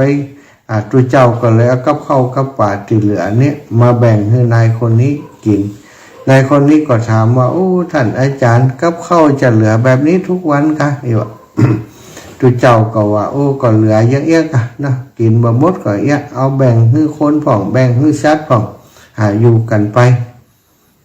แบบเนี้ยนะหมอนี่ก็บอกว่าเฮานี่อยากการหิมตายเนี่ยให้ใส่สวนไถนาบางครั้งก็กินข้าวบะอิ่มแล้วก็กับข้าวกล่อมเจล้ำอย่างอีแหละนึกขอยตัวเจ้าขึ้นไปขึ้นมาว่าเฮาอยู่บ้านก็ลำบากอยู่บ้านก็อิดเหนื่อยลำบากนักหนากินข้าวกินปลาก็บะอิ่มผอมลองกองแกงมดตัวเจ้าตัวปีตัวเอานี่วันอพุทธอปัตเฮามาบวชแหมดีไว้วะสถาไปขอตัวเจ้าไปขอบวชติดตัวเจ้าตัวเจ้าก็ว่าต้องไปถามครอบครัวถามลูกถามเมียก่อนกันถามครอบครัวก่อนนายคนนี้ก็ปิ๊กไปถามครอบครัวขอบอกว่าเฮาจะบวชแล้วเนอะเฮาบ่ไหวแล้วถึงวันนี้ร่างกายสูบพอมดบ่ได้กินอิ่มกินเต็มจะตายอยู่แล้วเมียมันก็รำคาญคิดว่ามันจะไปบวชแต่ไงก็ไปแล้วใครไปก็ไปได้วะ คนนี้ก็เลยไปปิ๊กไปหาตัวเจ้าเมียผมว่าใครบวชก็บวชแล้ววะตัวเจ้าก็เลยบวชเธอสตาบวชไปอยู่ไปได้6-7 วันสตาต้องกินอิ่มสบาย6-7 วันเมื่อกินอิ่มนอนรับนอนอุ่นแล้วสบายอกสบายใจจิตใจมันก็นึกไปถึงเมียถึงครอบครัวเมียก็ยังสาวอยู่หรอกคนมันไปบวชบ่ได้หวังว่าจะไปปฏิบัติอย่างละสถาก็ไปบิณฑบาตไปเปิดเฮียมากวาดวัดกวาดวายเฮียกินเฮียรับเฮียเนาะ มันก็อ้วนมันก็อิ่มนี่สบายจิตใจที่บ่ได้รับการฝึกฝนบ่ได้รับการปฏิบัติบ่ได้สนใจเรื่องการปฏิบัติจิตใจที่บ่มีการควบคุมสถาควบคุมความคิดบ่จางความดำริบ่จางจิตใจมันคิดไปหาคารวะตอนที่นอนกับลูกกับเมียอยู่กับลูกกับเมียหยอกล้อกันม่วนนันสันเล่าแต่ตอนนี้เฮาเนี่ยกินอิ่มแต่ว่าร่างกายมันวิเวกมันอย่างไรร่างกายมันบ่ได้อยู่กับลูกกับเมียมันมีหันอย่างเอกมันก็เลยคือถึงลูกถึงเมียติ๊กคือถึงบ้านคือถึงครอบครัวล่ะกำนี่กินอิ่มแล้วใจไปอยู่กับวัดแล้ว ใจไปตั้งนอกเห็นแล้วใจไปอยู่กับบ้านเห็นแล้วอยู่ไปก็กายล่ะกินข้าวแจ้งมั่มเจ้าบิณฑบาตก็กินเปิ่นปฏิบัติกันตัวปฏิบัติตัวกดรับไงกายตัวเก่าแล้วกำนี้ เอาไปเอามาทนคิดถึงเมียบ่ไหวก็ไปหาตู้เจ้าไปหาประธานสงฆ์กับผมขอลาสิกขาแล้วครับเพราะว่า ต่างบ้านเขาก็เดือดร้อนอยากมีไผให้ใส่นาให้เขากิน ตัวเจ้าคนเก่าก็แล้วแต่กันบวชมาเนี้ยยังปฏิบัติยังก่อมเกิดประโยชน์ยังไปทักอันตัวเจ้าก็ซื้อคือสักซื้อแล้วก็ปิกไปบัตร ไปอย่างนั้น ไปอยู่บ้านก็ต้องไปไปไถนาเนาะไปไถนาให้ใส่สวนใส่นาต่างๆก่อนนี้เหนื่อยแหมละโอ้จากติวันอิ่มหนีพี่มันวันตุยลุยกลับไปบ้านไปการตึงวันสถานเอาไปเอามาก็ผอมกินบะอิ่มบะเต็มเหมือนเดิมกินบะอิ่มบะเต็มเหมือนเดิมพออิดเหนื่อยมากินอิ่มมาก็นอนเอามือไก่หน้าฝากโอ้ตอนเขาอยู่วัดนี่ปานนี่เขาเนี่ยอย่างนี้กวาดวัดแล้วอย่างแล้วกินข้าวแล้วอิ่มแล้วก็นอนพักผ่อนมาเดียวนี้ตึ้มมีเวลาได้พักผ่อนเนี่ยการทิกเมียเขาก็ไม่ได้สนใจกับข้าวกับปลาก็ไปไม่ได้กินกับข้าวล้ำกันแล้วอย่างเอาใจกืดไปหาเปลี่ยนตู้เจ้าแห่งละจะทำปีกไปบวช ไปขอบวชแถมไปบอกคือเมียว่าใครไปก็ไปแล้วนะตัวจะไปอย่างเมื่อได้ฮะเนี่ยไปปีกไปบวชแถมไปบวชก็ยังเก่าซะท่าเพราะว่าบัดได้ปฏิบัติอย่างที่ว่าใจบัดได้เน้นไปติบวชเพื่อจะปฏิบัติอย่างสักอย่างบวชเพื่อจะได้กินอิ่มนอนอุ่นมาได้ก็ไปบวชแล้วซึกบวชแล้วซึกแบบนี้จนถึงครั้งที่6เป็นอย่างเอี้ยซะท่าซึกไปครั้งที่6นี่กะไปไถนากลับมาก่อนหูซึกอย่างเอี้ยหูซึกเบื่อหน่ายตอนนั้นได้ข่าวว่าเมียเปิ้นเนี่ยเนาะกำลังเกิดลูกเนาะเปิ้นเกิดลูกมาใหม่ร่างกายสูบพร้อมเกิดลูกใหม่ลูกแล้วนายคนนี้มันก็เบื่อแหมละเบื่อไข่นอนไข่อัน ไข่ไปบวชแหมละพอดีว่าอันลูกก็น้อยอยู่อีกเนี่ยได้เขาไปบวชได้แล้วใกล้เนาะแต่ความเบื่อหน่ายมันเกิดขึ้นในจิตในใจว่าเฮานี่บวชแล้วซึกอยู่อย่างอีหลายรอบแล้วตอนนี้ก็ไข่บวชแถมอย่างใดดีคืนนั้นก็กระวนกระวายใจเมื่อไข่ไปบวชซะท่าพอดีว่าเดินไปพอ ที่อันลูกเมียนอนท่านนะก็ไปหันว่าภรรยาของตัวเก่านี้นอนเสื้อผ้ารุดหลุยเนาะเสื้อผ้ารุดหลุยคงจะโดยความเหน็ดความเหนื่อยความอิดอย่างต่างๆก็ได้ไปหันสภาพเนื่องจากว่าขอดลูกแล้วไม่ตัวเนาะเสื้อผ้ารุดหลุยตัวไปหันสิ่งที่เหมือนกับว่าไปหันสักศพติปาจ้าว่าความติคนนี้เคยดูแลศพติปาจ้าในอดีตชาติมาก่อนอดีตชาติเคยปฏิบัติธรรมมาก่อนเหมือนกันซะท่านได้ไปหันสภาพอย่างอันก็เกิดอันสัญญาติดความจดจำเก่านี้ได้มาเตือนได้มาหันภาพติอุจารนั้นแล้วก็กึดเบื่อหน่ายในฆราวาสในการครองตนเป็นฆราวาสอย่างยิ่งเกิดความเบื่อหน่ายเกิดความนิพพิทาได้หันว่าจริงๆแล้วร่างกายของคนเฮามันก็มีอย่างโลนี่อันนี้ก็เหมือนซากศพที่นอนเกลื่อนอยู่ในป่าช้าหันสภาพเป็นสิ่งแบบนั้นแล้วก็หัน ลูกเนาะก็ว่าอันเนี้ยคือสิ่งที่มาจะมัดเฮาไว้อยู่ในเพศฆราวาสนี้ตอนนี้เกิดความเบื่อหน่ายอย่างที่สุดแล้วก็เลยเดินลงบ้านไปซะท่าเดินลงจากบ้านไปปรากฏว่าตอนนั้นแม่เฒ่าได้หันว่าหมอนี้นี่เอาผ้าพกปลาพกควาไปเห็นแล้ว เดินลงบ้านไปก็ว่ามันเกิดอะไรอย่างขึ้นก็ได้เข้าไปติห้องครัวไฟห้องติลูกสาวนอนอยู่ก็ไปหันลูกสาวนอนหงายเหยียดหงายกลางน้ำลายย้อยปากอยู่หันเสื้อผ้ารุดหลุยเป็นติอุจาดหน้าอนิจอนัตก็เลยห้องลูกสาวลูกว่าลูกอีน้อยเนี่ยอย่างอีล่ำเรือก่อนมาเดี๋ยวนี้ผัวมึงหนีไปแล้วนี่จะไปบวชแหมแล้วกันพอ แม่หญิงคนนี้ตื่นขึ้นมาภรรยาตื่นขึ้นมาก็บอกกับแม่โอ้บ่ต้องห่วงแม่จะไปไหนเมินได้ฮะเนี่ยก็เดี๋ยวก็ปิกมากุเตือก็ยังเอี้ยโอ้คราวนี้มันแน่เนอะอีน้อยมึงจะไปประมาทนะคราวนี้อีแม่ว่าบอกปิกมาแล้วพอหน้าตาที่ออกจากบ้านไปเบื่อนายก่ายแค้นแล้วมึงมันนอนอย่างนี้คือปวดหันแฮมนี่โอ้บ่ได้เรื่องแล้วพอไปเนอะเจ้าแม่ว่าเมียเปิ่นก็มั่นใจว่าอย่าได้ถึงมาไอ้แม่มันกินอิ่มมันอ้วนแล้วมันก็มา ศรัทธาคนเฮาเนาะเมื่อถึงจุดเปิ่นน่ะบารมีเปิ่นครบรอบแล้วเปิ่นถึงเวลาของเปิ่นแล้วเองกันเนาะ อันนี้เกิดความเบื่อหน่ายแท้ก็ไปขอบวชแถมไปขอบวชพระมหาเถระที่แรกจะบวชฮื้อแล้วแต่ก่อนนึกถึงว่าโอ้คนนี้เวลาตอนที่บวชอยู่มันก็ทำดีนะไปบิณฑบาตมาเพี้ยวปัดกวาดตั้งน้ำฉันน้ำใจไว้บ่ได้เดือดร้อนอย่างมันก็มีประโยชน์จัดหลายอย่างก็เลยฮื้อบวชแถมซะท่าพอบวชแล้วก็ขอเฮียนกรรมฐานกุฏิบ่ขอเฮียนสักเดือนบวชเที่ยวนี้ขอเฮียนกรรมฐานจากครูบาอาจารย์ที่อุปสมบทบวชฮื้อเฮียนกรรมฐานแล้วก็เอาไปปฏิบัติซะท่าเอาไปปฏิบัติจริงจังเลยคำนี้เราเกิดความเบื่อหน่ายเกิดนิพพิทาแต่ไปปฏิบัติปรากฏว่า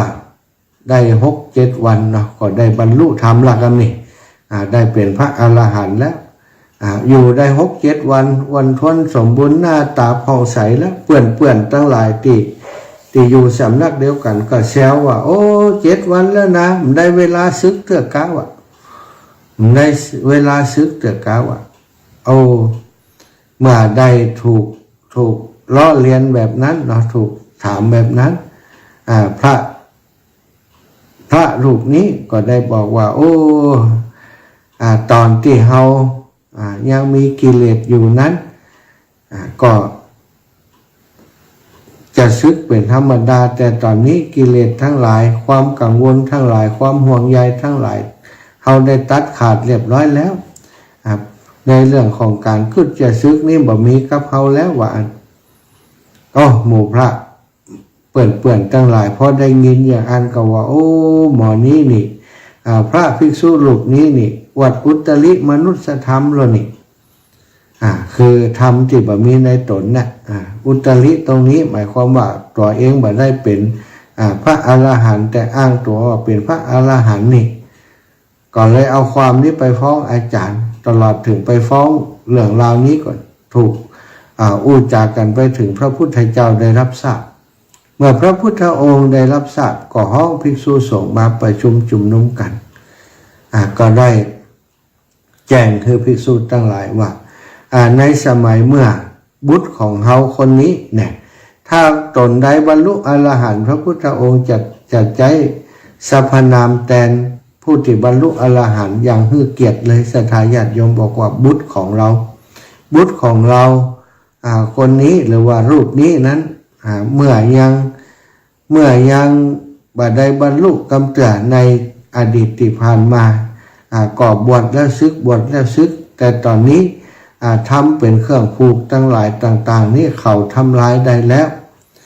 ประโยชน์ในการที่จะซึกขาลาเพศไปบ่มีสำหรับเขาแล้วเขาได้บรรลุธรรมอรหันต์บรรลุสิ่งที่ควรทำเรียบร้อยแล้วท่านทั้งหลายอย่าได้สงสัยเลยโอ้ศรัทธาเป็นพุทธพยากรณ์หรือว่าเป็นการพยากรณ์จากพระพุทธเจ้า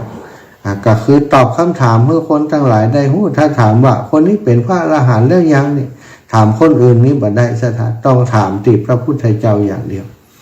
พระพุทธเจ้าพระองค์จะหู้วาระจิตของลูกศิษย์ทุกคนสาวกทุกรูปก็ได้แจ้งให้คนทั้งหลายประชุมสงฆ์ในที่นั้นก็แส่ซองสรรเสริญคนที่บ่ได้บรรลุกำเตือที่ล้อเลียนเปิ่นก็เกิดความละอายใจนำธรรมคำสั่งสอนของพระพุทธเจ้าไปประพฤติปฏิบัติแล้วก็ได้บรรลุโดยท่านแถมเยอะเลยเริ่มต้นก็จากการที่บวชแล้วเพื่อจะหาเลี้ยงชีพซะหันได้ชัดเลยบางคนนี่เปิ่นไปบวชเพื่อจะหาเลี้ยงชีพในพุทธกาลก็มี มันจะมีแต่เรื่องนี้เรื่องเดียวมีหลายเรื่องที่บวชเพื่ออยู่เป็นฆราวาสอยู่เป็นญาติโยมบ่ได้กินได้ไว้ดีหันว่าการไปบวชนี่ได้อยู่ดีกินดีก็เลยไปบวชบ่ต้องได้ทำการทำงานนักนะแต่ก็ถูกตำหนิติเตียนจากพระพุทธเจ้าตลอดนะสถานคนที่บวชเข้าไปหรือว่าไปบวชเป็นพระสงฆ์องค์สังฆเจ้าแล้วบ่ปฏิบัติเนี่ยพระองค์จะตักเตือนอยู่ตลอดเวลาถ้าคนใดที่บ่มีปารมีธรรมแต่นั้นถูกตักเตือนไปถูกด่าถูกว่าถูกกล่าวถูกขนาบนี่ก็ซื้อขาละเพศไปก็มีแต่บางคนว่าโอ้สมดังที่เปิ่นได้ตักเตือนปฏิบัติเปิ่นก็ได้บรรลุมรรคผลในที่สุดหนักบทอย่างที่หนึ่งอุปชีวิตกาเนาะอุปชีวิตกาเข้าไปบวชเพื่อจะอาศัยเลี้ยงชีพก็มีอยู่ในปัจจุบันก็มีอยู่เยอะสถาบางคนนี่บวชผิดกฎหมายด้วยซ้ำไปซื้อเอาใบสุทธิไปซื้อเอาใบสุทธิหรือว่าไปปลอมแปลงใบสุทธินั่นเองบ่ได้บวชถูกต้องตามกฎหมายแต่ว่าอาศัยผ้าเหลืองในการหากินบางของก็ถึงกับไปทุดงไปขอเงินขอทองเหรียญไรจากพี่น้องชาวบ้านแต่ว่าใบใจพระแต่บางของก็บวชแต่นั่นนะสถานแต่ว่าใจชีวิตแบบนี้ก็ถือว่าใบใจพระแต่ใบใจว่าบวชมาเพื่อพระศาสนาแต่บวชมาเพื่อจะต้องการหาเลี้ยงชีพทุกวันนี้ก็เป็นสิ่งที่น่าสังเกตเนาะโมติมิจฉาชีพที่มาบวชนี่ก็นักขึ้นจนบ่ฮู้เอาไปเอามาก็แทบจะบ่ฮู้ว่าไผเป็นไผอย่างที่ได้ไปพบไปปะโมติบวชมาแล้วก็ไปทุดงแบบขอสตังค์เพิ่นไปอยู่ตามกลางตางอยู่กลางป่ากลางเขาเอาขวดน้ำโบคือรถจอดเปิ่นจอดแล้วเปิ่นเอาน้ำฮือบ่เอาสตังค์จะถ่ายจะไปหันไปนี่ขอสตังค์เปิ่นบางห้องก็ขอติดรถเปิ่นไปถ่ายเอาสตังค์เปิ่นอย่างอีเป็นต้นอันนี้คือพวกที่บวชเพื่อจะหากินบวชเพื่อจะเลี้ยงชีพบางคนบ่ใจพระแต่นะสถานเอาผ้าเหลืองมาห่มมาหนุ่งมาได้แล้วก็ไปทำความเสื่อมเสียแบบนี้เกิดขึ้นมีเกือบทุกจังหวัดนะเรื่องราวแบบนี้เกิดขึ้นที่ลำปางของเฮาก็มีต่างจะไปจากลำปางของเฮาไปตังเมืองเถินซบปราบเนี่ยเจอบ่อยสถานแถวเชียงใหม่นี่ก่อนที่ไปตังเชียงใหม่ลำปูนก็แถวที่จากทุ่งเกวียนไปขุนตานเนี่ยสถานจะมีกลุ่มพระแบบนี้อยู่ต้องระมัดระวังเหมือนกันสถานโอ้หันพระสงฆ์เปิ่นบอกแยบจอดโดยความหวังดีเอาน้ำไปให้เปิ่นอย่างเปิ่นมาเอาน้ำชะกำขอเอาสตางค์โอ้อินดูทุเจ้าเอาถวายเปิ่นอันนั้นสถานมันไม่ใช่ทุเจ้าแท้เน้อคือระวังไว้ทุเจ้าแท้เปิ่นแบบโบกรถขอสตางค์แบบนั้นนะนอกจากเปิ่นเดินไปสถานถามว่าท่านอาจารย์จะไปไหนขอไปส่งจิมเตอร์ขอถวายการลดการลาจิมเตอร์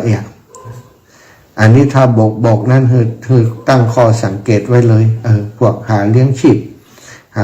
พบางทีบัจจัยพระจริงๆโดยซ้ำไปบัจจัยบางที 80% เลยศรัทธาญาติโยมก็ต้องฉะนั้นเฮาทั้งหลายจะทำบุญสุนทรทานจะกินจะทานก็ต้องระมัดระวังไว้เพราะพวกนี้มิจฉาชีพมันเยอะศรัทธาคนที่หากินกับความศรัทธาความเชื่อของคนเฮานี่มีอยู่นักอาศัยว่าใส่ผ้าเหลืองนุ่งผ้าเหลืองแล้วบัจจัยเป็นพระทุกคนไปเนาะบางคนก็ เงี้ยหาเลี้ยงชีพโดยบัตรสุจริตมาอาศัยบวชเพื่อจะเลี้ยงชีพถ้าบวชแท้ก็ยังถือว่าพิษบางคนมันบวชแท้โดยซ้ำไปก็ถือว่ายิ่งพิษไปนักเนาะเอาทำบุญก็เกิดบุญเกิดกุศลอย่างที่สองอุปกีลิกาเนาะอุปกีลิกาบวชเพื่อแสวงหาของเล่นอันนี้นะเพื่อสะดวกสบายในการเดินทางไปแสวงหาเครื่องล้างของขลังเล่นแหล่แปรธาตุเที่ยวสนุกไปวันๆอันนี้ก็มีสถานบวชเพื่อหาของเล่นอย่างที่ว่าเนี่ยตอนที่เป็น เป็นนั้นคารวะอาจจะกล้าขายของเครื่องรางของขลังอย่างนี้เป็นต้นเนาะแต่ว่ามันลำบากเอง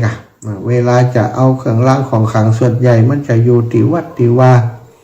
แล้วก็เดินทางไปไหนนี่มันลำบากมันมีการใช้จ่ายสูงเวลาไปบวชแล้วมันประหยัดการใช้จ่ายบางแต่เดินทางไปที่ไหนเปิดลดเกินราคา เปิดลดเกินราคา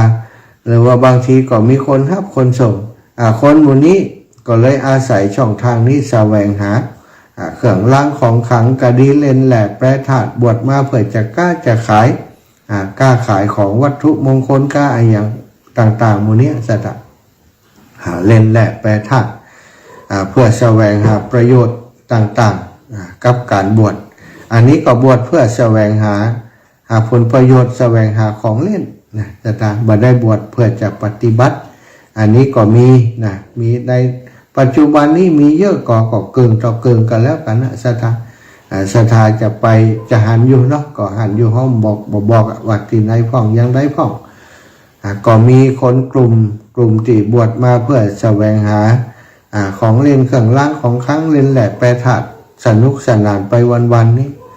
ก็จะหันอยู่มีเยอะโดยนอนแล้วก็อย่างที่3อุปมุยหิกา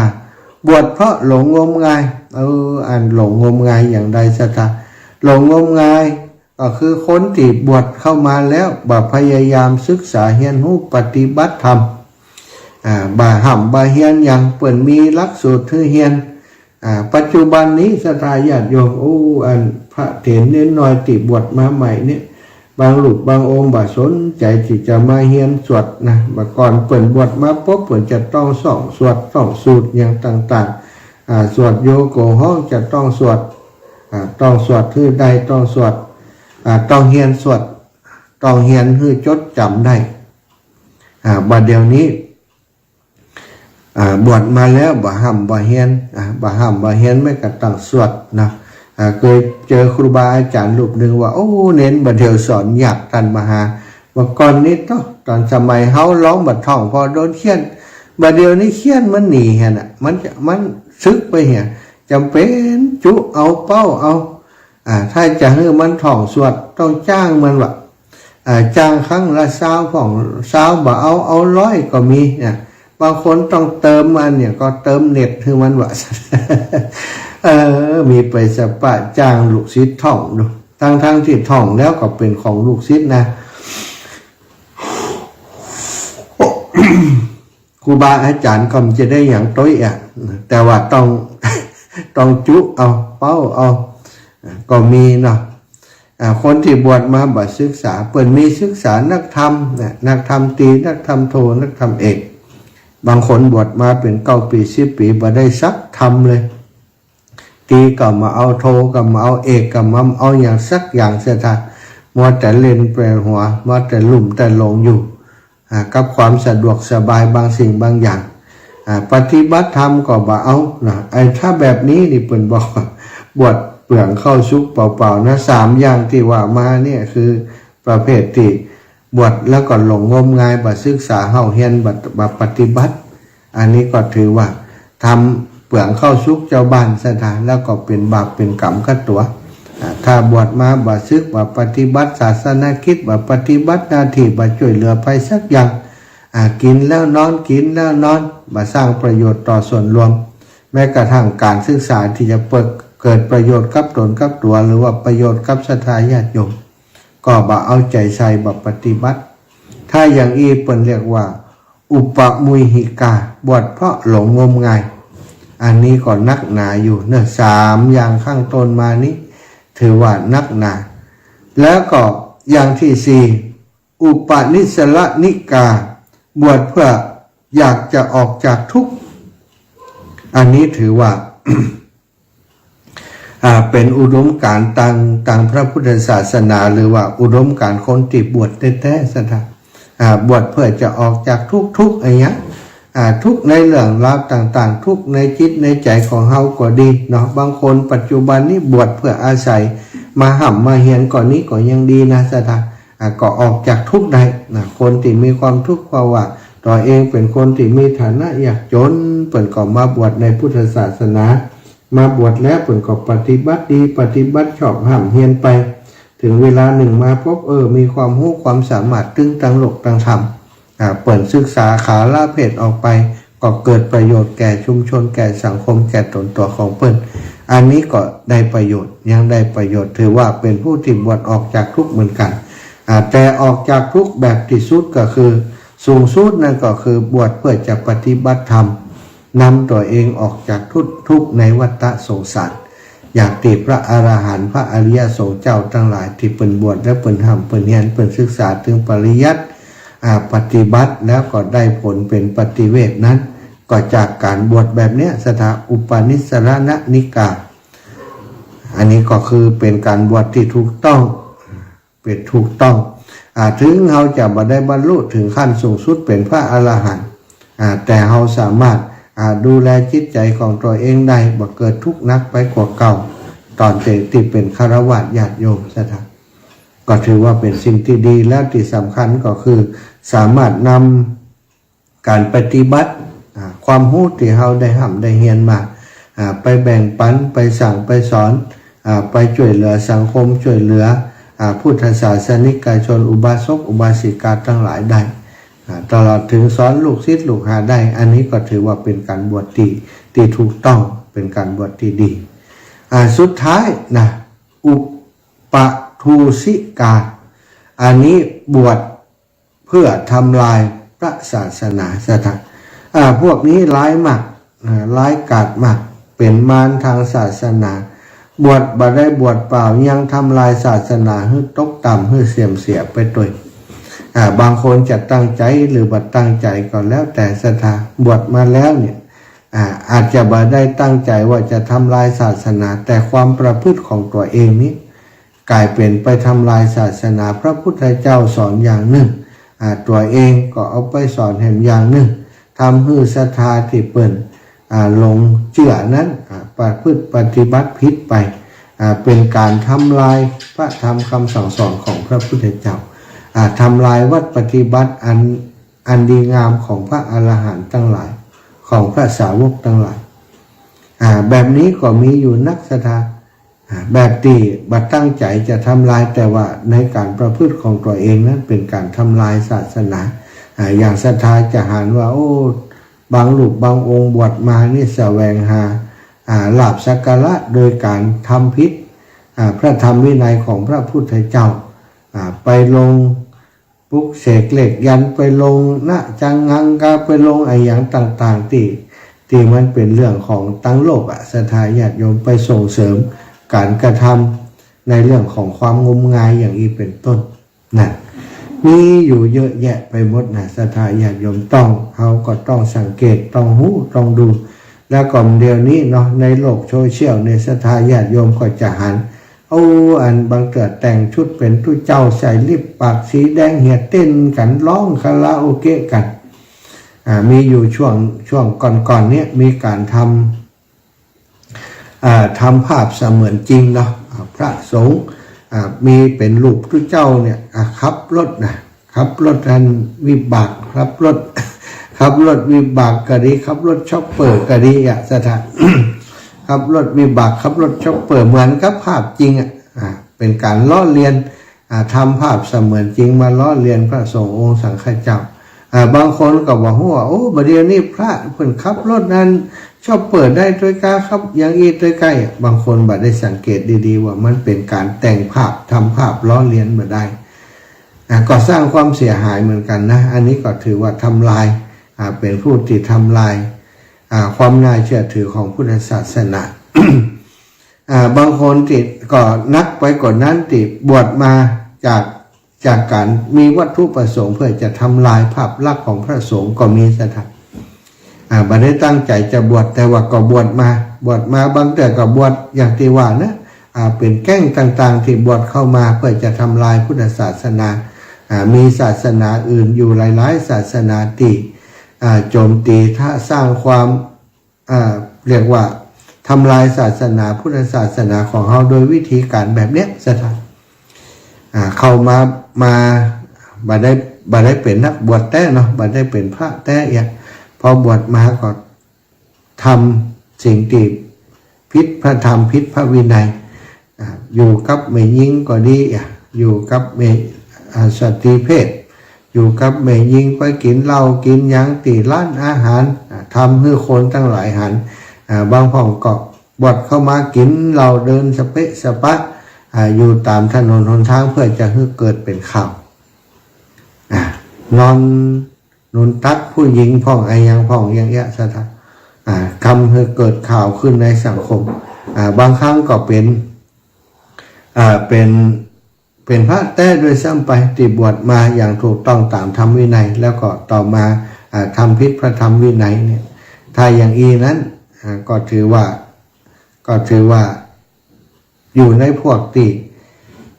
มาทำลายพุทธศาสนาเนาะ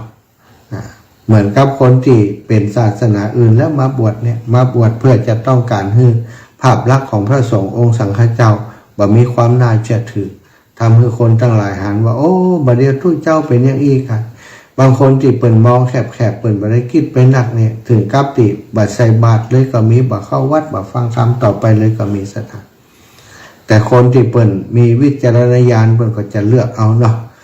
เลือกเอาอันใดเป็นทองแต่เปิ่นก็เอาไปใช้อันใดเป็นก้อนกิดกวดก้อนหินเป็นสิ่งสกปรกเปิ่นก็เอาทิ้งเอาขว้างไปแต่อย่างว่าน่าศรัทธาญาติโยมการคัดแยกการคัดกรองต่างๆนี่บางเตือคนเฮามันก็ไม่ใช่ว่ามันจะมีจิตสำนึกเหมือนกันกูคนเนาะไปหันภาพบางสิ่งบางอย่างก็อาจจะตีรวมไปหมดมันไว้ละมันเดียวนี้ ก็มีอยู่น่าศรัทธาพอเกิดข่าวสารอย่างต่างๆขึ้นนี่จะหันว่ามีผลกระทบต่อความเป็นอยู่ของพระสงฆ์โดยรวมก็มีหลายข่าวที่เป็นการทำลายศาสนาโดยวิธีนี้จากนักบวชผู้ที่เป็นนักบวชนะบวชแต่ก็ดีบัดแต่ก็ดีเนี่ยมีหลายรูปแบบฉะนั้นการที่จะดูว่าไผบวชแต่บัดแต่มันก็ไม่จะเป็นเรื่องยากแต่เขาก็สามารถจะดูได้อยู่สถานถ้าเป็นพระสงฆ์องค์สังฆเจ้าเข้าร้านเหล้าร้านยาไปเดินในสถานที่อโคจรไปแอวในคับในบายอย่างนี้มันกำใจแล้วศรัทธาญาติโยมเนาะแม้กระทั่งไปในที่อโคจรบางครั้งนี่ในสถานที่ที่ละโหฐานอยู่2 ต่อ 2กับผู้หญิงใกล้อย่างการนี่ก็ถือว่าผิดพระธรรมวินัยมีอันตรายเป็นอันตรายต่อบรรพชิตเขาก็สังเกตเอาสิ่งเกี่ยวกับสิ่งหมดนี้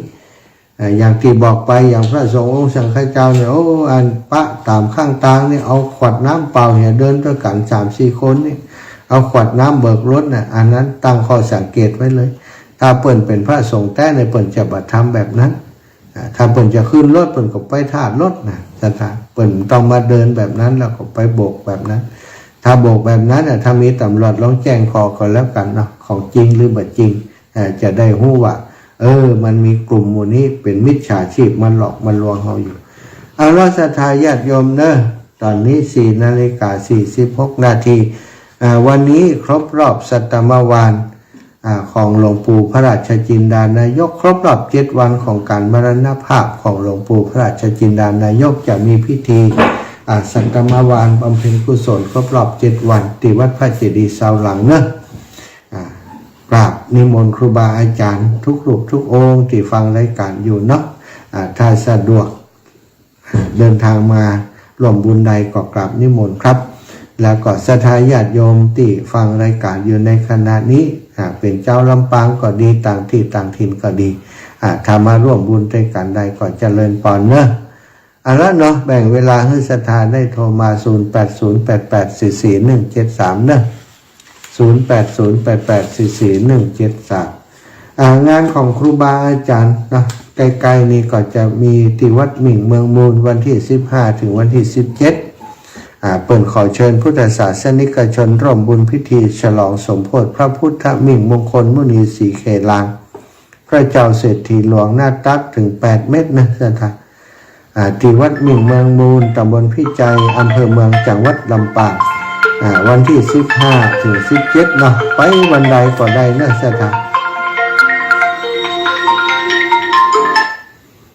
ยายพรช่วงที่สองมาก่อนเลยเนาะกำลังตื่นก้ายายพรนี่ นอนฟังเลยเจ้าน อนฟังแต่เจ้าแล้วกำลังโทรติด กันนะมันอู้มันจบเลยอ่ะ ดีกะอันนี้มีระเบียบนี่ ขอบคุณยายพรเนอะขอบคุณหลายๆเนอะ นอนมันต่างเลย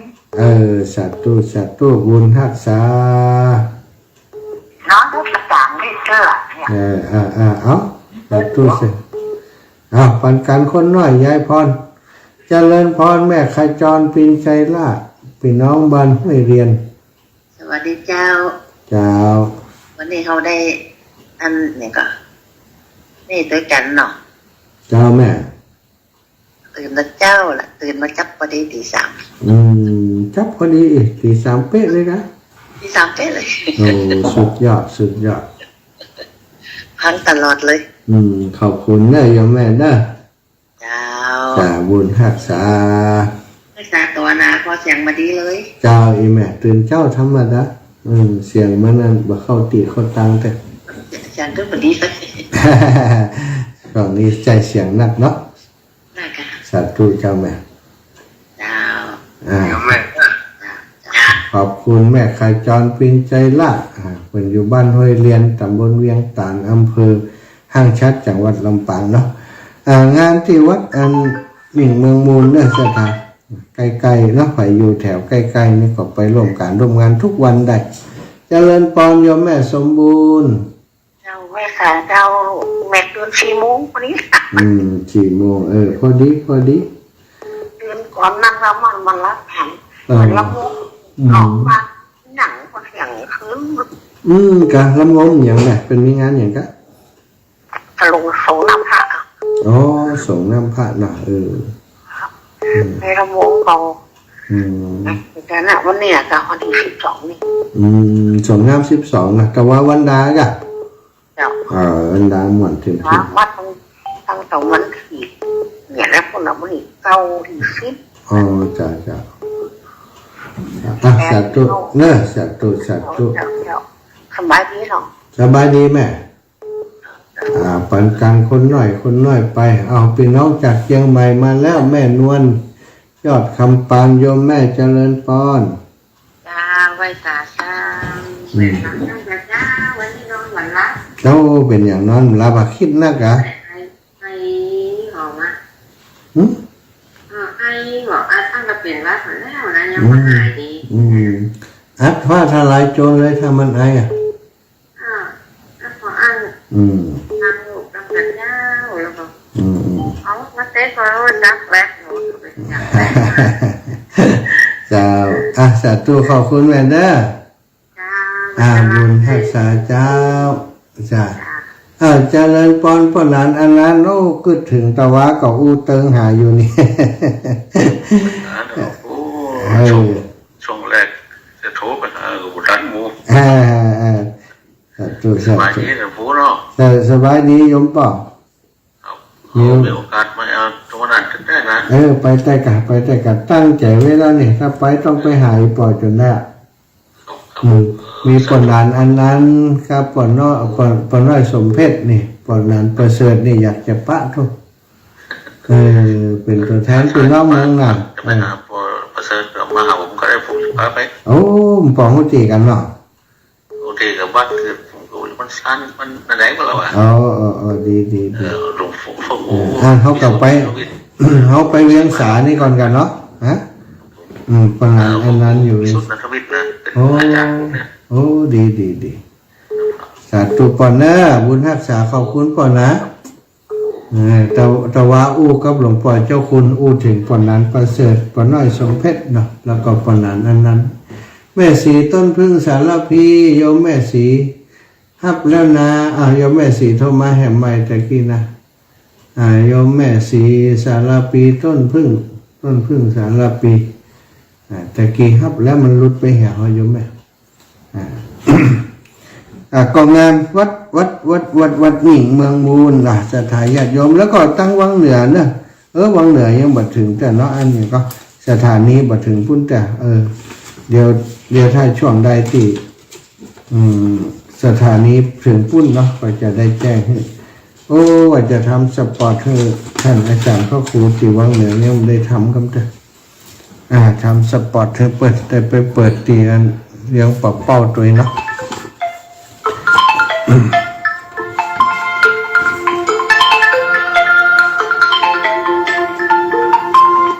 เจริญปอนโยมแม่สีเจ้าท่าน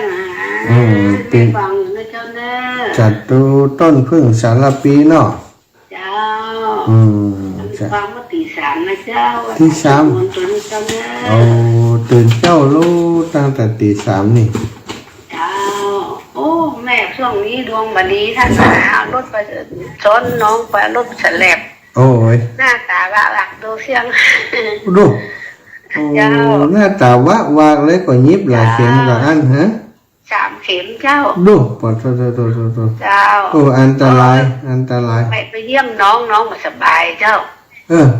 แล้วก็รถไปฉลับไปอ่ะครับคนเดียวก็ว่าซ่อนเปิ่นซ้อนอย่าเจ้าลายลึกมันเตอะเนาะข้อเอาเนาะข้อเฮาเจ้าปนข้อหายน้ำไปแล้วเนาะเจ้าเนาะปนแล้วมีอย่างแหมละกำนี่เนอะอยู่ดีสบายเนอะเจ้าไปฟังนะเจ้าเนอะกำลังใจท่านมาเนาะสาธุขอบคุณนี่แม่เจ้า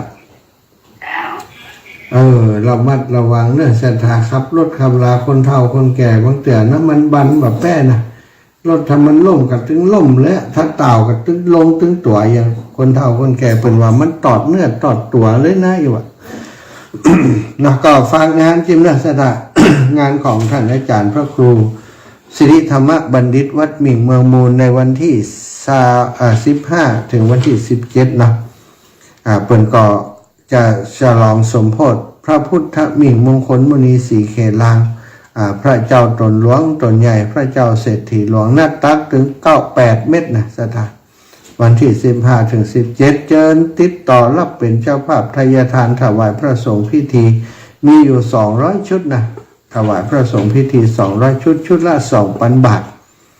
หรือจะเป็นเจ้าภาพลงทานก็ได้ติพระครูสิริธรรมบัณฑิตเจ้าอาวาสวัดหมิ่งเมืองมูลโทรศัพท์064 9495999เนอะ064 9495999เนอะโทรไปได้สถานโอนเข้าบัญชีของวัดก็ได้วัดหมิ่งเมืองมูลธนาคารกรุงไทยสาขาประตูใจชื่อบัญชีวัดหมิ่งเมืองมูลเลขที่บัญชี5360861738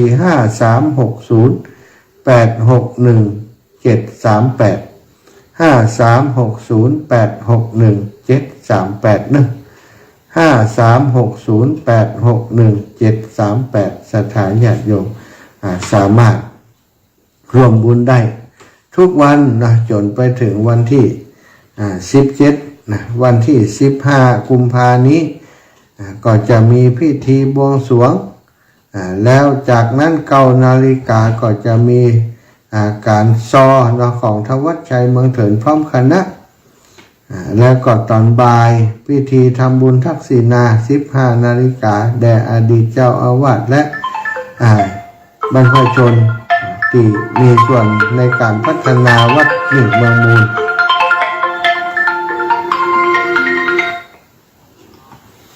เจริญปอนโยมแม่แก้วบ้านแม่เลี้ยงเนาะเจริญปอนหน่อยวันนั้นเปิดไปตรวจปลากันค่ะท่านอาจารย์สาธิตไปบ้านแม่เลี้ยงนี่ไหมมันมาไปตอนนี้แก้เนี่ยก็ทำแนวกันไฟเจ้าหันได้มีนอนที่19เนี่ยเปิดทำไมมันนะ19เหรอเจ้าแม่ดีเนาะช่วยกันดูแลเนาะช่วยกันดูแลป่าดูแลน้ำบ้านเฮาอันนี้เกี่ยวกับที่เปิดมาสัมปทานเมืองแหล่แล้วบ้านเฮาไม่ยอมถ้าเนี่ยไปแล้วเกิดความเสียหายกับพี่น้องเจ้าบ้านก็ช่วยกันต่อสู้เนาะถ้ามีโอกาสก็จะติดตามอาจารย์เพิ่นไปเอาหาเนาะอาจารย์ว่างก็มาตุยเดี๋ยวจะถามอาจารย์ถ้า19มีอย่างก็จะไปแอลด้วยเพิ่นไหม จะเอาไปให้กำลังใจพี่น้องชาวบ้านแม่เลี้ยงบ้านแม่พึ่งเนาะมีความเสียหาย แล้ว ได้ผลกระทบขอบคุณอีแม่เนอะบาละบาลืมการดูแลสุขภาพดูแลตัวเองตัวคุณทักษา สาธุจ้า ศรัทธาญาติโยมพี่น้องทั้งหลายเวลาหมดเวลาแล้วบ่ได้ทวนสายแหมแล้ว บ่ได้ทวนสายให้ศรัทธาญาติโยมแหมแล้วก็ขออำนวยพรให้ศรัทธาญาติโยมทุกท่านทุกคนอยู่ดีมีสุขอายุมันขวัญยืนเนอจัตตารโอธรรมาวัฏันติอายุวันโนสุขังภะลา